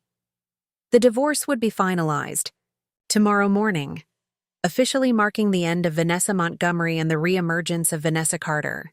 Elizabeth Reynolds' groundbreaking research would soon find its way into practical applications that would transform the security landscape. And Andrew, who believed he was simply moving on to a more personally satisfying relationship, would discover that he had inadvertently accelerated a technological revolution he was thoroughly unprepared to address. The morning of my divorce finalization dawned clear and crisp. I didn't need to appear in court. Diana had arranged for the paperwork to be processed administratively. But the significance of the day wasn't lost on me. By noon, 15 years of marriage would be legally dissolved, and Vanessa Carter would officially exist again. I dressed with purpose in a charcoal gray suit that projected professional confidence rather than emotional turmoil. As I fastened a simple silver pendant around my neck, a gift from my father on my PhD graduation day, my phone chimed with a text from Marcus Winters. Paperwork submitted to Judge Hernandez at 8:30 a.m. Expected finalization by 11. Confirmation will come to your secure email. The efficient clinical nature of ending a marriage seemed appropriate. What had begun with elaborate ceremony and emotional promises was concluding with digital signatures and administrative processing. I replied with a simple, "Thank you," before heading downstairs. Andrew had already left for the office, but a small envelope with my name sat propped against the coffee maker. Inside was a handwritten note, the first personal communication he'd offered since telling me about Melanie. Vanessa, Harrison confirmed the divorce should be final today. I want you to know I value the years we shared and hope you find happiness. in your new life. The house is yours today to finish packing. I'll be staying at the Four Seasons until you've moved out. Andrew. The note contained no real emotion, just the appropriate sentiments expected at the conclusion of a long relationship. I placed it back in the envelope and set it aside, neither angry nor moved. It was simply another transaction in our increasingly businesslike separation. My priority today was finalizing preparations for my move tomorrow and attending a critical meeting with the core members of our strategic network. Julia had scheduled the gathering at our operations center for 2 p.m., allowing everyone time to clear their schedules without raising suspicions. I spent the morning efficiently packing the last of my personal belongings, focusing on items with sentimental value or practical utility for my new life. The movers would arrive early tomorrow to transport everything to the downtown condo, which I'd officially close on this afternoon. By evening, I would no longer have any practical connection to the house Andrew and I had shared for the past decade. At 11:07 a.m., Diana's confirmation arrived via secure email. The divorce was finalized. I was legally Vanessa Carter again. I paused for a moment, expecting to feel something profound. Grief, perhaps, or liberation. Instead, I felt a quiet certainty that I was precisely where I needed to be, following a path I had mapped out with meticulous care. I texted Julia. "It's official. Ready for this afternoon's meeting." Her response came quickly. "Congratulations on your divorce." That might be the only time that phrase makes sense. "See you at 2, sucker." The operations center was buzzing with activity when I arrived shortly before our scheduled meeting. Taylor was coordinating with our financial team, monitoring Pinnacle's stock movements ahead of tomorrow's quarterly announcement. Ben had multiple screens displaying Pinnacle's internal network traffic, watching for any unusual activity related to the next-gen acquisition. Ryan was on a conference call, speaking quietly with industry contacts about market reactions to rumors of Pinnacle's expansion plans. Julia guided me to a private office where 3 people waited, individuals I recognized but hadn't yet met in person. Each represented a critical node in the network we'd constructed to support our strategy. "Vanessa, I'd like you to meet Dr. Lauren Cooper, Chief Technology Officer at Guardian Securities." Julia began the introductions. Lauren was 2 years behind you at MIT and has been implementing security frameworks based on Elizabeth Reynolds's published research for the past 5 years. A woman in her early 40s with intelligent eyes and a confident posture extended her hand. "Dr. Carter, it's an honor to finally meet you in person, though I've been following your work, under both names, for years. The implementation you developed for distributed authentication is brilliant," I replied, genuinely impressed by her innovations. "You extended the theoretical framework in ways I hadn't anticipated." Lauren smiled. "High praise from the architect of the underlying protocol. When Julia explained your situation and strategy, I immediately wanted to be involved. Pinnacle's stranglehold on the security sector has stifled innovation for too long." Julia continued the introductions. "This is Michael Desmond, managing partner at Quantum Venture Partners." A distinguished man in his 50s nodded respectfully. "We've invested in 6 companies utilizing Elizabeth Reynolds's encryption methodologies. The performance advantages over traditional approaches are remarkable. When Julia reached out, I recognized the opportunity to consolidate these innovations under proper leadership. And finally," Julia concluded, "this is Gabriela Reyes, former Chief Compliance Officer at Pinnacle Technologies." The last introduction surprised me. I knew the name. Gabriela had resigned from Pinnacle 3 years ago after a distinguished tenure, but I hadn't known Julia had recruited her to our cause. "Ms. Reyes was investigating Bradford Wells's acquisition of your father's technology when she was abruptly reassigned," Julia explained. "She's been documenting Pinnacle's governance failures ever since." "Call me Gabriela, please," she said, her expression serious.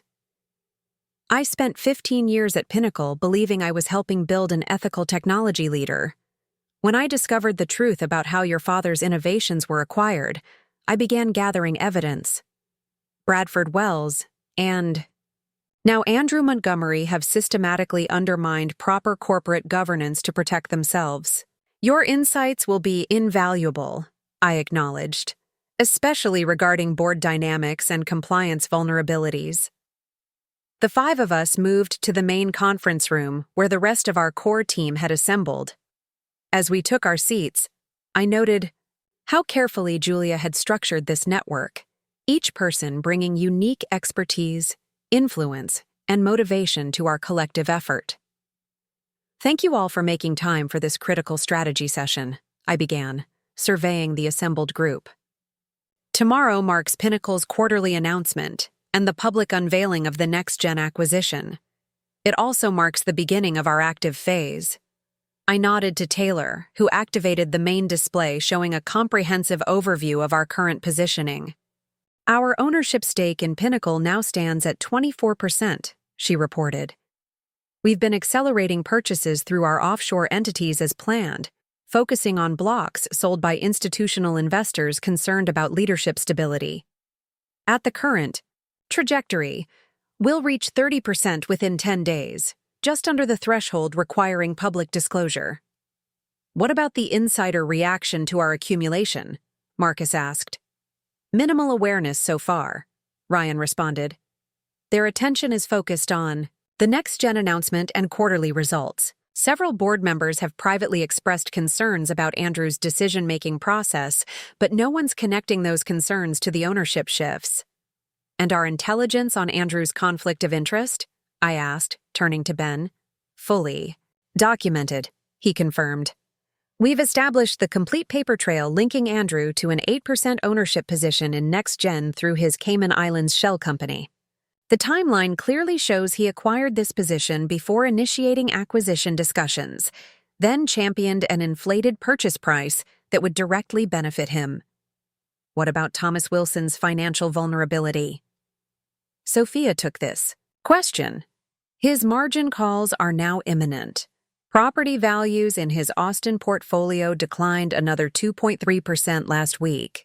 More concerning, we've confirmed he received $750,000 from an offshore account linked to the same Cayman entity Andrew used, 2 days before voting to approve the next-gen acquisition price. So we have documented evidence of both conflict of interest and what appears to be outright bribery, Marcus summarized, his legal mind clearly assessing the implications. That's more than enough for regulatory action and probable cause for termination. I nodded, then turned to Gabriella. Based on your experience with Pinnacle's board, how do you expect them to respond when this information surfaces? The board is divided, she explained thoughtfully. 3 members, Wilson included, are firmly in Andrew's camp, either through loyalty or compromise. 2 others are independent but risk-averse. They'll follow the majority unless presented with evidence. They can't ignore. The remaining 2, Patricia Collins and James Martinez, have been increasingly concerned about governance issues, but lack the influence to drive change without external pressure. So we need to approach Collins and Martinez directly, Julia concluded. Not yet, I cautioned. First, we let Andrew commit publicly to the next-gen acquisition. Once the announcement is made, the stock price will likely rise temporarily on speculation, then become vulnerable as analysts begin questioning the valuation. Creating the perfect window for our next move. Michael Desmond nodded approvingly. When do you plan to reveal your Elizabeth Reynolds identity?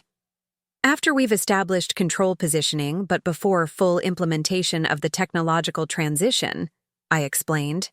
The revelation needs to come as a solution to the crisis of confidence, not as its cause. Lauren leaned forward. Speaking of the technological transition, I've completed the integration framework connecting your patented protocols with existing security infrastructure. We can demonstrate immediate implementation capability across all major platforms, which provides a critical advantage in any proxy battle, Marcus noted. You're not just offering governance changes, but a genuine technological leap forward. For the next hour, we refined our strategy, assigning specific responsibilities to each team member and establishing clear communication protocols. The level of expertise and commitment around the table was remarkable, each person bringing not just professional capabilities, but a personal investment in seeing our mission succeed. As the meeting concluded, I addressed the group one final time. Tomorrow's announcement will trigger a series of events that will unfold rapidly. Andrew believes he's consolidating his power as CEO. He doesn't realize he's actually accelerating his own removal. Your preparations have been impeccable, and I'm grateful for your commitment to this effort. After the others departed, Lauren, Michael, Gabriella, and Julia remained behind with me for a more personal conversation. I need to ask, Gabriella said quietly. Is this primarily about reclaiming your father's legacy, or is there a personal element regarding Andrew's betrayal? It was a fair question, one that deserved an honest answer. Both aspects exist, I acknowledged. My father's innovation deserves proper attribution and development. The technology that Bradford Wells stole has been underutilized and poorly extended under Pinnacle's management. That's a professional and ethical motivation that would exist regardless of my personal situation. I paused, considering the second part of her question. As for Andrew, his affair with Melanie simply revealed a character I had gradually come to recognize over years of marriage. He builds his success on others' work while dismissing their contributions. He surrounds himself with people who reinforce rather than challenge his thinking. These aren't just personal failings, they're leadership deficiencies that have harmed Pinnacle's innovative potential and ethical standing. Michael nodded thoughtfully. I've observed similar patterns in other technology leaders who prioritize personal advancement over genuine innovation. The companies they build initially grow quickly but eventually stagnate when the acquisition strategy can't replace true development. Exactly, I agreed. Andrew's leadership approach is fundamentally unsustainable, personally and professionally. His relationship with Melanie follows the same pattern as his business strategy. Discard what no longer serves immediate needs, acquire something new that provides temporary advantage, repeat. What about Melanie herself? Lauren asked. Is she collateral damage in this situation or an active participant? From what we've gathered, she's ambitious but not malicious, I replied. She saw an opportunity for advancement through her relationship with Andrew, just as he saw an opportunity to validate his sense of importance by having a younger, admiring partner. Whether she understood the ethical implications of their relationship is unclear. And how are you really doing with all this? Gabriella asked, showing genuine concern. Setting strategy aside, today finalizes the end of a 15-year marriage. That must carry some emotional weight. The question gave me pause. I had been so focused on execution that I'd compartmentalized the personal aspects of my situation. I'm processing it differently than most might expect, I finally answered. The marriage I thought I had ended long before I discovered the affair, it just took that revelation for me to acknowledge reality. What I'm feeling now isn't so much grief for what I've lost as anticipation for reclaiming what was always mine, my identity, my father's legacy, my professional agency. Julia, who knew me better than anyone, added softly, Vanessa has always been extraordinary in her ability to channel emotion into strategic action. It's why this plan will succeed where others might falter in recrimination or impulsive reaction. Well, I for one am grateful to be part of this effort, Lauren said firmly. Regardless of the personal circumstances that catalyzed it, what we're doing has significant implications for the entire security sector. Agreed, Michael added. The technological framework you've developed as Elizabeth Reynolds represents the future of encryption. It deserves proper implementation under leadership that understands its full potential. As our extended meeting concluded, I thanked each of them for their unique contributions and commitment to our shared vision. Their combined expertise, influence, And ethical motivation created a network far more powerful than Andrew could possibly anticipate or counter. After they departed, Julia and I conducted a final review of tomorrow's planned activities. The Pinnacle quarterly announcement was scheduled for 10 a.m., followed by an analyst's call where Andrew would undoubtedly highlight the next-gen acquisition as the centerpiece of his CEO vision. Everything is in place, Julia confirmed. Taylor's team will monitor market reactions in real time. Ben has systems ready to capture all internal communications following the announcement.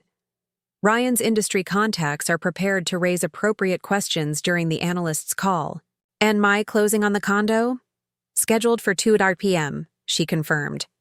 By evening, you'll be completely moved into your new space, physically and legally separated from Andrew Montgomery.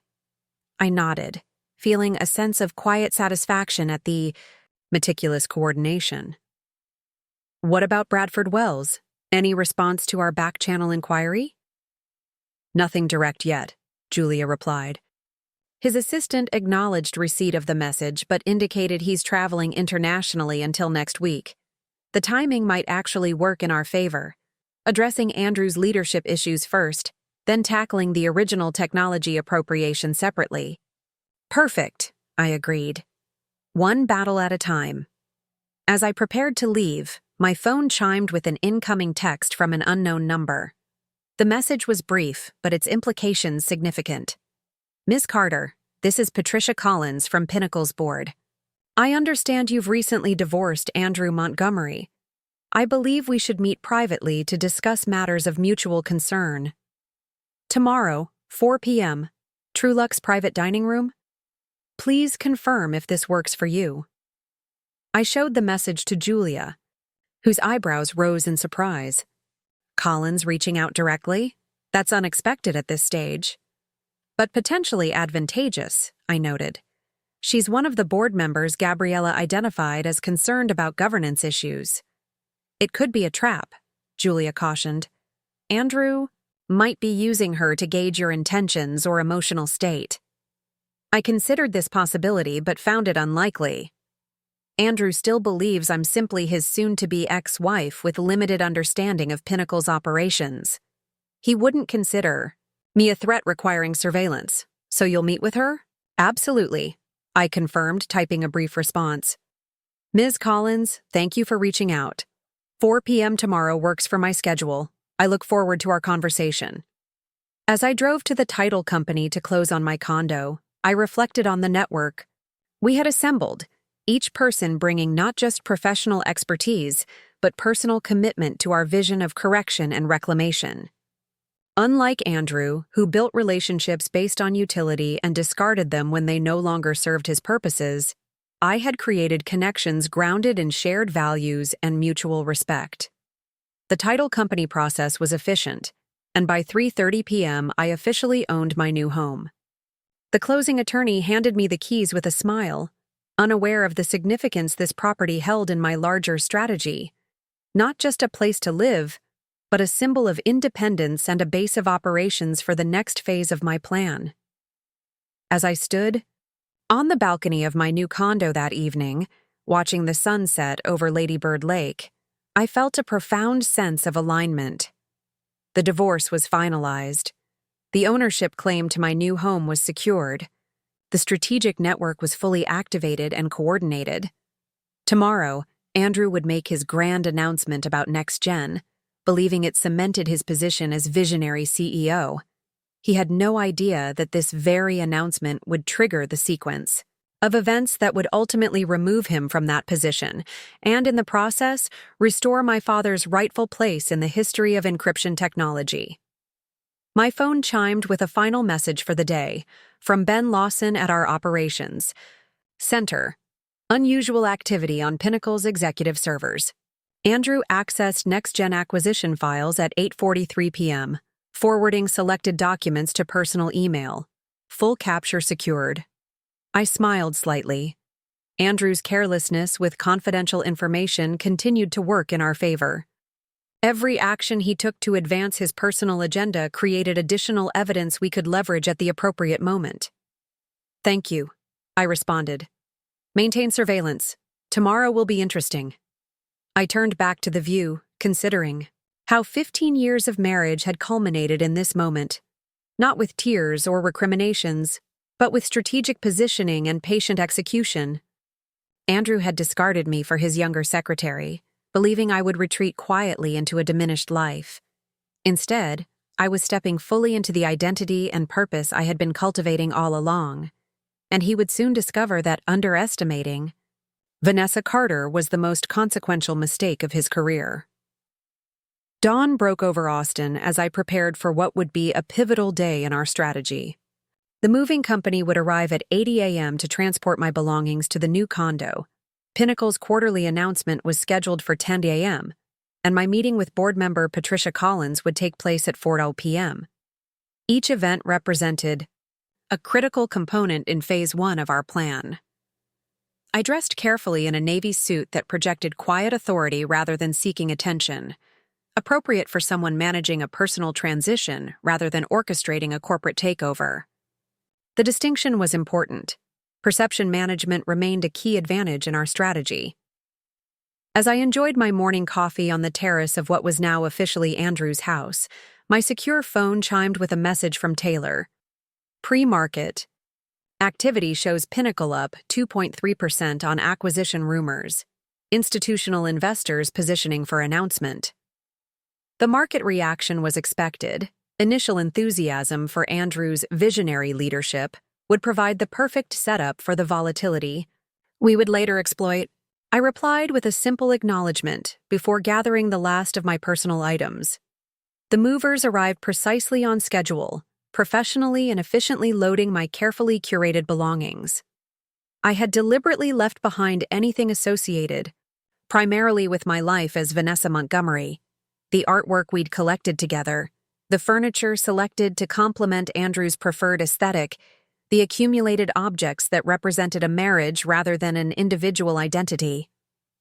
What I took represented Vanessa Carter, books from my academic career, technology journals containing Elizabeth Reynolds published research, family photographs that predated my marriage, and select items that connected me to my father's legacy. The physical separation mirrored the strategic separation already underway. By 9:30 a.m., the moving trucks had departed for my downtown condo, and I made my way to our operations center. The atmosphere was focused but energized as team members, prepared for Pinnacle's announcement and our coordinated response. "Everything's set," Julia confirmed as I joined her in the monitoring suite where multiple screens displayed Pinnacle's public webcast preparations, financial data feeds, and internal communication channels Ben had secured access to. Taylor's team is positioned to execute our trading strategy the moment the next-gen valuation is announced. Ryan has briefed his media contacts on the questions they should be asking.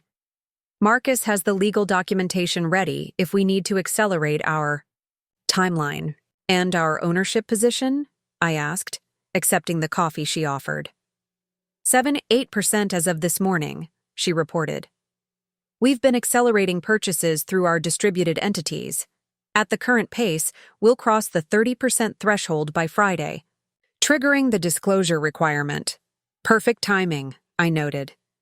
"The market will have processed the next-gen announcement, analysts will have published their initial assessments, and we'll be positioned to present our alternative vision."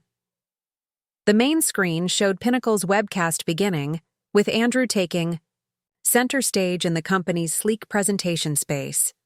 Despite everything, I had to acknowledge he looked the part of a confident CEO, impeccably dressed, projecting authority and vision as he welcomed investors and analysts to the quarterly call. "Good morning, and thank you for joining Pinnacle Technologies' quarterly update," he began smoothly. "Today marks not just another strong quarter for our company, but a transformative moment in our growth strategy. I'm pleased to report revenue of $342 million for the quarter, exceeding analyst expectations by 4.3%, with adjusted EBITDA of $118 million. Andrew continued with the standard financial highlights before transitioning to what was clearly his priority announcement. "Now, I'm excited to share that Pinnacle has entered into a definitive agreement to acquire Next-Gen Security Systems, the innovative encryption firm based in Boston. This $850 million acquisition represents a strategic investment in cutting-edge technology that will extend Pinnacle's market leadership in the security sector for years to come. Taylor glanced up from her monitoring station. $850 million? That's $100 million higher than even the inflated valuation they were considering internally. Which means Andrew's personal stake through the Cayman entity is now worth significantly more, Marcus observed. He's escalating his conflict of interest beyond what we anticipated. I watched as Andrew detailed Next-Gen's supposedly revolutionary encryption protocol and the synergies the acquisition would create. His enthusiasm seemed genuine. Either he truly didn't understand the technology's limitations, or he was more skilled at deception than I'd given him credit for.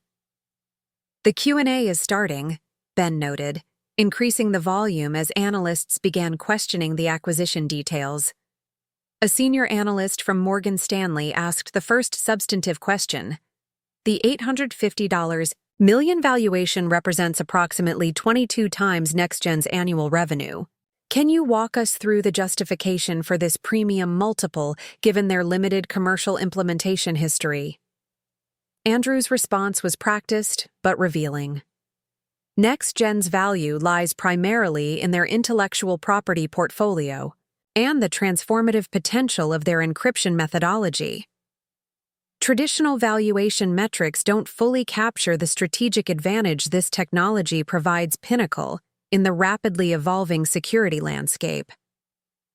Non-answer, Julia muttered. He's deflecting from the fundamental valuation question. Another analyst pressed further. Several industry experts have suggested Next-Gen's approach has theoretical vulnerabilities when scaled to enterprise implementation. Has Pinnacle's technical team fully validated the protocol across all potential use cases? A flash of irritation crossed Andrew's face before he regained his composed expression. Our extensive due diligence process included rigorous technical assessment by Pinnacle's senior engineering team. We're completely confident in the technology's integrity and scalability. Ben smiled slightly at this claim. Interesting, since I've documented at least 7 critical vulnerabilities in their approach that would be immediately apparent to any competent security architect.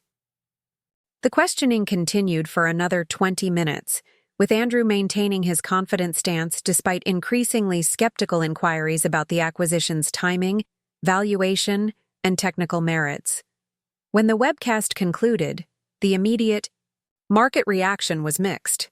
Pinnacle's stock initially jumped 3.2% on the announcement, but quickly retreated to a modest 1.5% gain as analysts began processing the details. Phase 1 initiating now, Taylor announced, activating our coordinated trading strategy. Selling pressure beginning through distributed accounts. On her command, our financial team began executing precisely timed trades through multiple entities, creating legitimate but targeted selling pressure that would amplify the market's growing skepticism about the Next-Gen valuation. Ryan, activate your media strategy, I directed. It's time for the technical questions to become public. Ryan nodded, initiating a series of calls to industry publications and financial analysts who had been briefed to ask specific questions about Next-Gen's encryption methodology. Within the hour, these inquiries would transform from private skepticism to public scrutiny. Ben, what's happening inside Pinnacle right now? I asked, turning to our technical surveillance lead. Chaos, he replied with professional satisfaction, displaying internal message traffic on the main screen. The technical team is pushing back hard against Andrew's representations about their assessment. The CFO is questioning the revised valuation. That wasn't in the original approval documents, and 3 board members have requested an emergency meeting to discuss the announcement. Which board members? I asked, though I suspected the answer. Collins, Martinez, and interestingly, Wilson, Ben confirmed. Looks like Wilson is trying to distance himself from a decision he previously supported. Rats abandoning a sinking ship, Marcus observed dryly. Wilson likely realizes the documentation of his financial arrangement could surface and wants to reposition himself ahead of any investigation. I checked the time, 11:48 a.m. Events were unfolding even more rapidly than we had projected. Julia, let's accelerate our timeline, I decided. Move our ownership threshold target to tomorrow rather than Friday. I want us positioned at or above 30% before the board's emergency meeting. I'll coordinate with Taylor, she nodded. The current market volatility works in our favor for accelerated acquisition without triggering price spikes. By early afternoon, Pinnacle's stock had reversed its initial gains and fallen 2.7% below its opening price, as multiple industry analysts published notes questioning the strategic rationale and valuation of the next-gen acquisition. Meanwhile, our operations center continued coordinating the complex choreography of our plan: financial positioning, media messaging, technical documentation, and board member outreach. At 2:30 p.m., I excused myself to meet the movers at my new condo and prepare for my 4 p.m. meeting with Patricia Collins. The physical transition from my married life to my independent future was nearly complete, both symbolically and practically important to our strategy. The condo was everything I had envisioned: modern, functional, with the spectacular views that would serve as backdrop to the next phase of my professional life. The movers efficiently placed my belongings according to my instructions, and by 3:15 p.m., I was changed into a fresh suit and ready for my meeting with Collins. Updates before I go? I asked Julia via secure call. Pinnacle now down 4.3% for the day, she reported. Internal communications show Andrew in emergency meetings with his executive team. The board session has been scheduled for 9 a.m. tomorrow, and our ownership position has reached 28.9%, with accelerated purchasing continuing. Perfect. Any intelligence on what Collins might want from our meeting? Nothing specific, but Gabriella suggests Collins has been increasingly concerned about governance issues since Andrew's appointment as CEO. This next-gen announcement may have pushed her from concern to action. I'll maintain appropriate boundaries while assessing what she knows and what she's seeking, I assured Julia. No commitments, without consultation. Trulux was a discreet choice for a sensitive meeting, upscale enough to ensure privacy, but public enough to maintain professional appearances. I arrived 10 minutes early and was escorted to a private dining room where Patricia Collins was already waiting. A woman in her late 50s with impeccable silver hair and penetrating gray eyes, Collins had served on Pinnacle's board for 8 years following a distinguished career in technology management. She rose as I entered, extending her hand with a firm grip. "Ms. Carter, thank you for agreeing to meet on such short notice," she began, gesturing for me to take a seat across from her. "I appreciate your willingness to speak with me during what must be a period of personal transition." "Thank you for reaching out, Ms. Collins," I replied, matching her professional tone. "I confess I'm curious about what matters of mutual concern we might have to discuss." Collins studied me for a moment before responding. "I've served on Pinnacle's board for 8 years, Ms. Carter. During that time, I've developed reasonably good instincts about people and situations. Something about the timing of your divorce from Andrew and today's next-gen announcement struck me as potentially connected." I maintained a neutral expression, neither confirming nor denying her implied question. "That's an interesting observation. May I ask what specifically prompted that connection in your mind?" "Several things," she replied, signaling the waiter to pour water for both of us. "First, the unusual speed and amicable nature of your separation, despite circumstances that might warrant a more contested approach. Second, Andrew's increasingly erratic decision-making over the past 3 months, culminating in today's announcement of a significantly overvalued acquisition. And third, some curious patterns in Pinnacle's stock trading that suggest coordinated positioning by what appears to be multiple unrelated entities." Collins was significantly more perceptive than we had anticipated. I considered my response carefully, recognizing both the risk and opportunity her awareness presented. Those are astute observations, I acknowledged, though I'm not sure how they relate to me personally. Perhaps they don't, Collins conceded. But I've also recently become aware of your professional background in encryption technology. Something Andrew never mentioned during the many corporate functions you attended together. This revelation surprised me. May I ask how you came across that information? I serve on the advisory board for the National Cybersecurity Institute, she explained. Last week, during a discussion about emerging encryption methodologies, a colleague mentioned the groundbreaking work of Dr. Elizabeth Reynolds. When he showed me her photograph in an obscure technical journal, I recognized you immediately, despite the different name. I hadn't anticipated this direct connection to my Elizabeth Reynolds identity so early in our timeline. The revelation required a strategic adjustment. I see, I replied carefully. And what did you do with that recognition? Nothing yet, Collins said, her gaze direct. But it raised fascinating questions about why the wife of Pinnacle's CEO would publish revolutionary encryption research under a pseudonym, research that directly competes with Pinnacle's technological approach. The moment had arrived for a calculated disclosure, not full transparency, but enough truth to potentially secure a valuable ally. Ms. Collins, I appreciate your discretion in approaching me directly rather than taking this observation to Andrew or the board. It suggests you're seeking understanding rather than confrontation. I've found understanding usually precedes effective action, she replied simply. Then let me offer some context, I continued. My work in encryption began before. I met Andrew working alongside my father, Dr. Anton Carter. His pioneering research in quantum-resistant protocols formed the foundation of what would later become Pinnacle's core security product.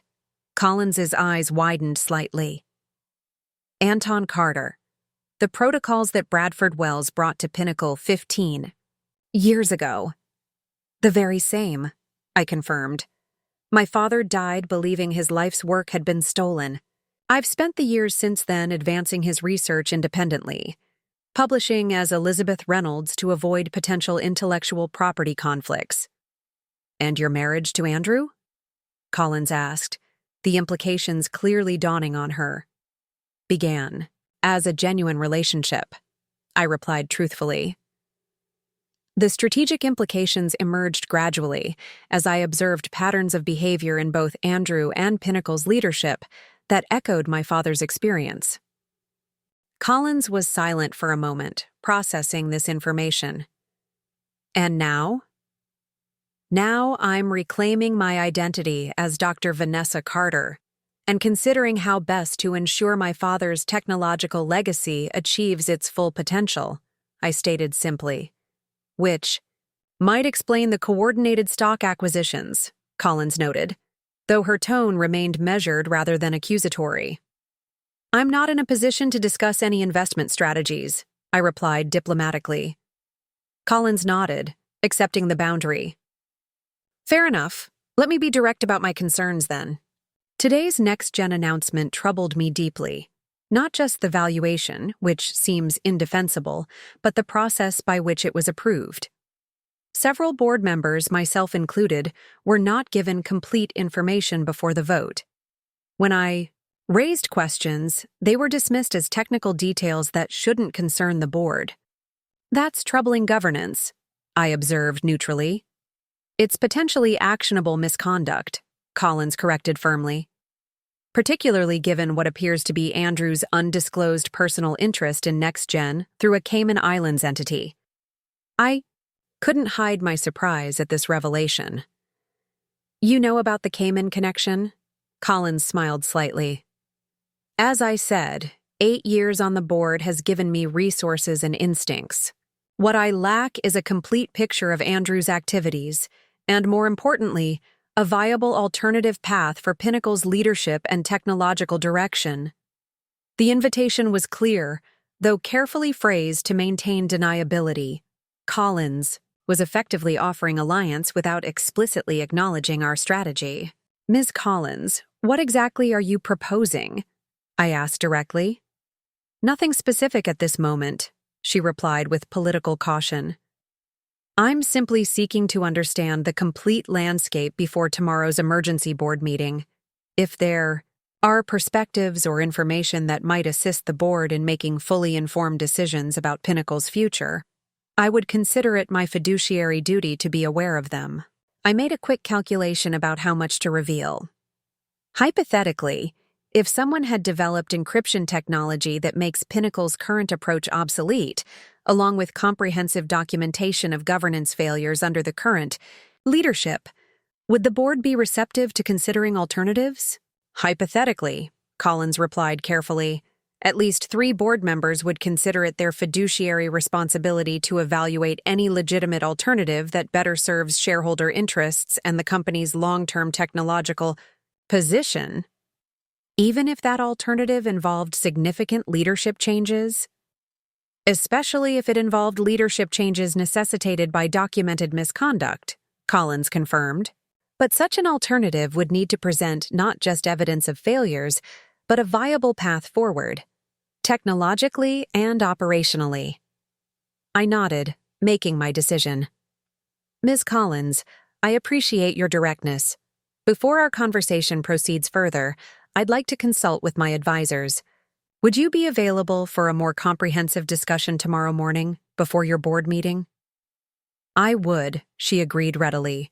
7:00 a.m. here again? The board meets at 9 WA. Perfect, I confirmed, standing to conclude our meeting. Thank you for reaching out. Today's conversation has been illuminating. For me as well, Dr. Carter, she replied meaningfully, using my academic title for the first time. I look forward to continuing our discussion tomorrow. As I drove back to the operations center, I processed the implications of this unexpected development. Collins had independently connected me to my Elizabeth Reynolds identity and suspected our coordinated stock acquisition strategy. Rather than representing a setback, however, her awareness potentially accelerated our timeline, providing a direct channel to influence board deliberations. The operations center was buzzing with activity. When I returned, Julia immediately pulled me into a private office for debriefing. Collins knows far more than we anticipated, I explained, detailing our conversation. She's independently discovered my Elizabeth Reynolds identity and suspects our stock acquisition strategy. Julia's expression revealed concern. That could complicate our timeline, or accelerate it, I countered. She's offering an alliance, Julia. She specifically mentioned 3 board members who would support leadership changes if presented with documented misconduct and a viable alternative. Vision. 3 board members plus our nearly 30% ownership position would create an unbeatable voting bloc, Julia calculated quickly. We need to prepare a comprehensive presentation for tomorrow morning's meeting. Agreed. Let's gather the team and recalibrate our strategy. For the next several hours, we worked intensively to prepare the materials for my 7 a.m. meeting with Collins. Lauren Cooper joined remotely to develop the technological presentation, showing how my encryption protocols could be implemented across Pinnacle's product line. Marcus compiled the legal documentation of Andrew's conflict of interest and governance violations. Taylor prepared financial projections showing the positive market impact of both leadership change and technological advancement. By midnight, we had assembled a compelling case for transformation, one that would provide Collins and her allied board members with everything they needed to initiate the changes we sought.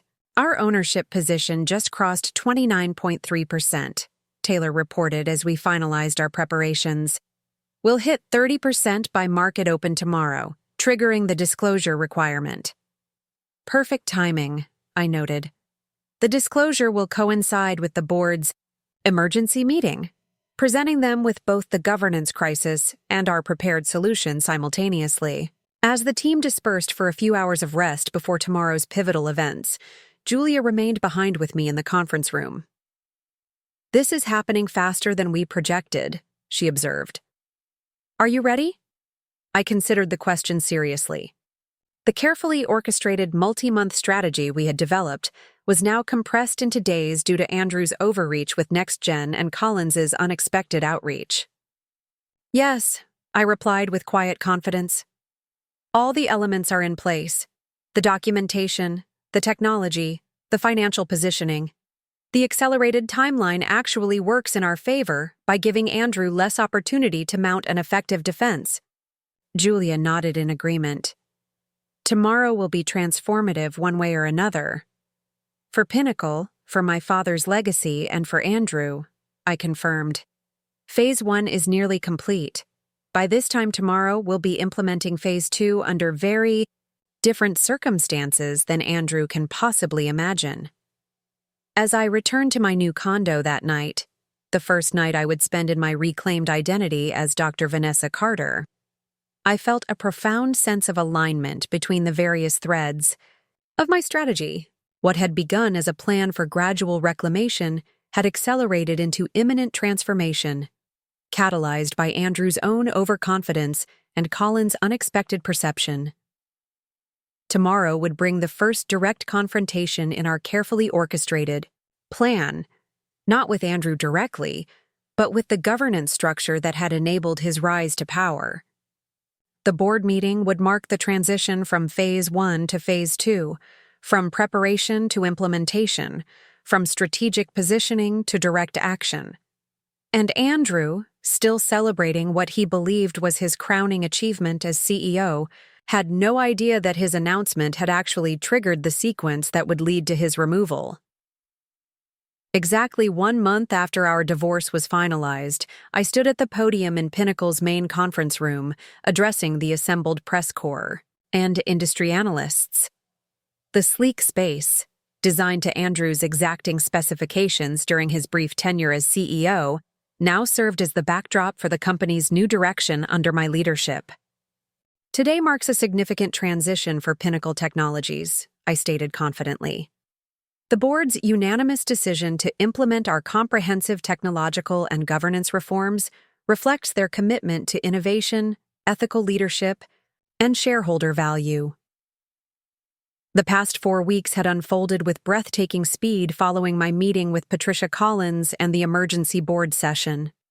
The evidence we presented of Andrew's conflict of interest with NextGen had resulted in his immediate suspension pending investigation. The technological presentation demonstrating how my encryption protocols could transform Pinnacle's security offerings had convinced even the most skeptical board members that dramatic change was necessary. Within days, our 30% ownership position had been publicly disclosed, creating the leverage needed to implement sweeping governance reforms. Patricia Collins had been appointed interim board chair, with a mandate to oversee the leadership transition and technological integration. Most significantly, the board had unanimously approved my appointment as Chief Technology Officer with direct oversight of Pinnacle's product development and strategic direction. My Elizabeth Reynolds identity had been publicly connected to Dr. Vanessa Carter, creating a compelling narrative of innovation reclaimed and legacy restored.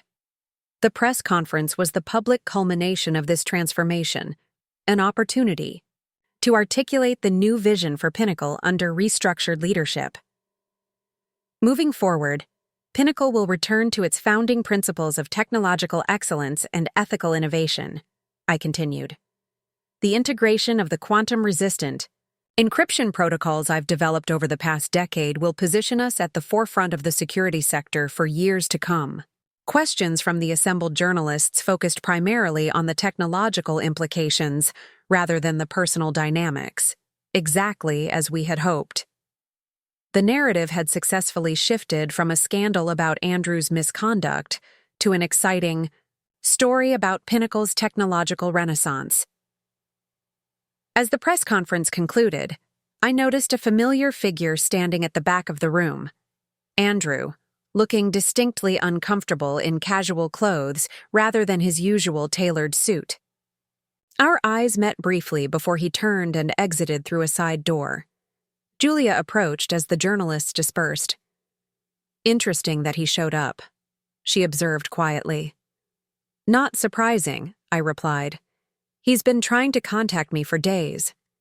Indeed, since his suspension and the public revelation of both his conflict of interest and my technological credentials, Andrew had made increasingly desperate attempts to reach me, calls, texts, even an unannounced visit to my condo that security had politely intercepted. "Are you going to speak with him?" Julia asked. I considered the question seriously. "Yes, I think it's time. Have security direct him to my office in 15 minutes." The office that had been Andrew's now reflected my own professional aesthetic. Functional, elegant, with my father's framed photograph prominently displayed beside my academic credentials and patents. I was reviewing the quarterly technology roadmap when my assistant announced Andrew's arrival. He entered hesitantly, a shadow of the confident CEO who had so casually discarded our marriage a month earlier.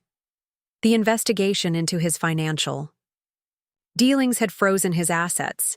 The evidence of his conflict of interest had destroyed his professional reputation, and Melanie had abruptly ended their relationship when her promised executive position disappeared with his suspension. "Thank you for seeing me," he began, remaining standing as I hadn't invited him to sit. "I've been trying to reach you for weeks." "I've been quite busy," I replied neutrally. "Restructuring the company's technological direction requires significant attention." Andrew shifted uncomfortably. "Vanessa, what happened? This whole situation. I never expected." "That much is evident," I observed.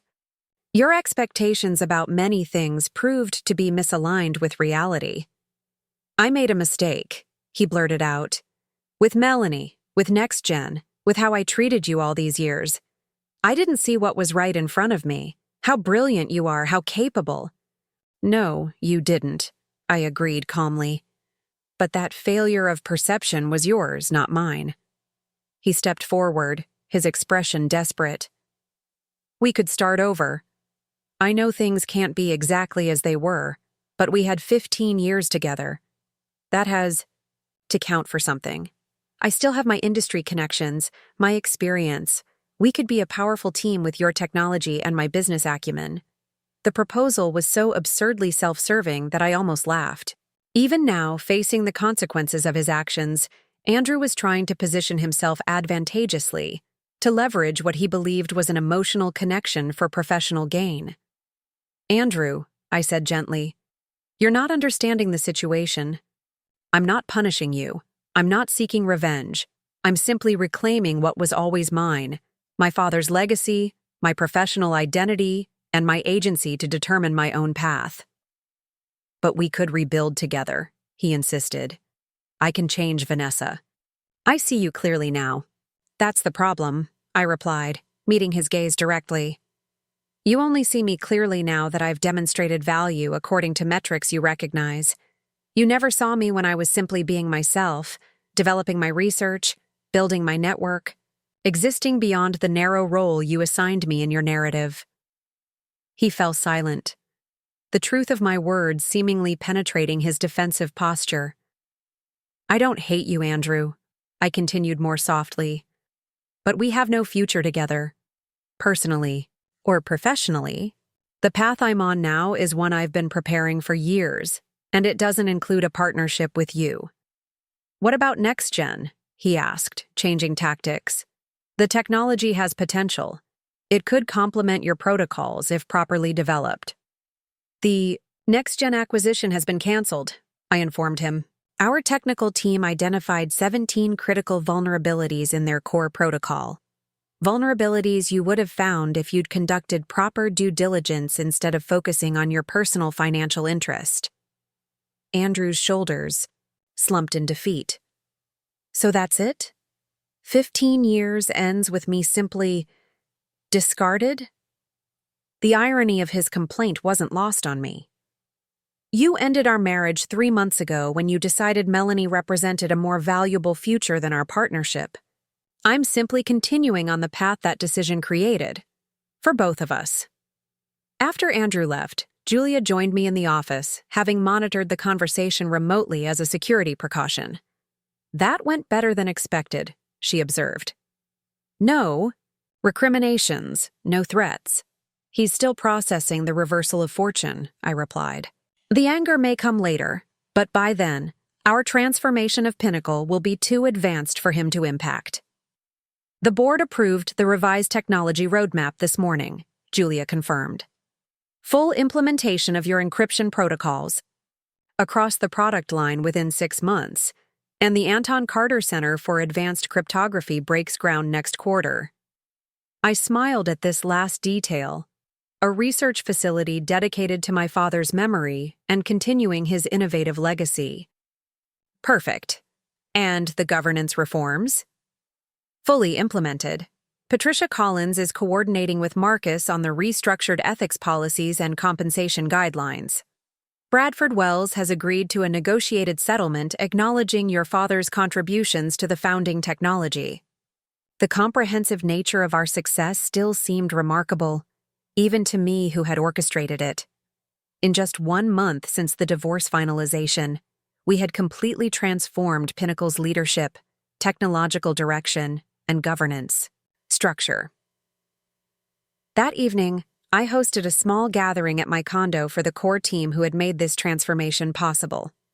As we celebrated with champagne overlooking the Austin skyline, I took a moment to appreciate not just what we had accomplished, but how we had done it, through strategic patience, ethical methods, and collaborative effort rather than the cutthroat individualism that had characterized Andrew's approach. To Anton Carter, Julia proposed a toast, raising her glass, whose legacy is finally recognized. And to Vanessa Carter, Lauren added, who reclaimed that legacy through brilliant strategy and remarkable patience. I smiled, raising my own glass. To all of us who demonstrated that true success comes not from stepping on others to advance, but from building something meaningful together. Later, after my guests had departed, I stood on my balcony watching the lights of Austin shimmer against the night sky. My phone displayed a final text from Andrew. I understand now what I lost. Not just you, but the chance to be part of something truly innovative. I'm sorry I couldn't see your brilliance until it was too late. I didn't respond. There was nothing more to say. Andrew had defined our relationship through his limited perception of my value. When he left me for his secretary, he believed he was moving toward a more advantageous future while I would diminish in his absence. Instead, freed from the constraints of his narrative, I had fully embodied the identity and purpose I had been cultivating all along. The transformation wasn't about revenge for his betrayal. It was about restoration of what had always been rightfully mine. As I turned back toward my new home, filled with possibilities rather than memories, I felt no lingering attachment to the life I had shared with Andrew. His desperate attempt to return once he saw my new reality wasn't a validation I needed or wanted. The true validation came from within, from the knowledge that I had reclaimed not just my father's legacy, but my own path forward. And that path was illuminated not by what I had lost, but by what I had finally, fully embraced. Looking for more? We've got 2 amazing stories ready for you right on screen. If this one touched you, these are absolutely worth your time. Click to watch them now. And hey, subscribe and hit that bell to never miss our latest uploads.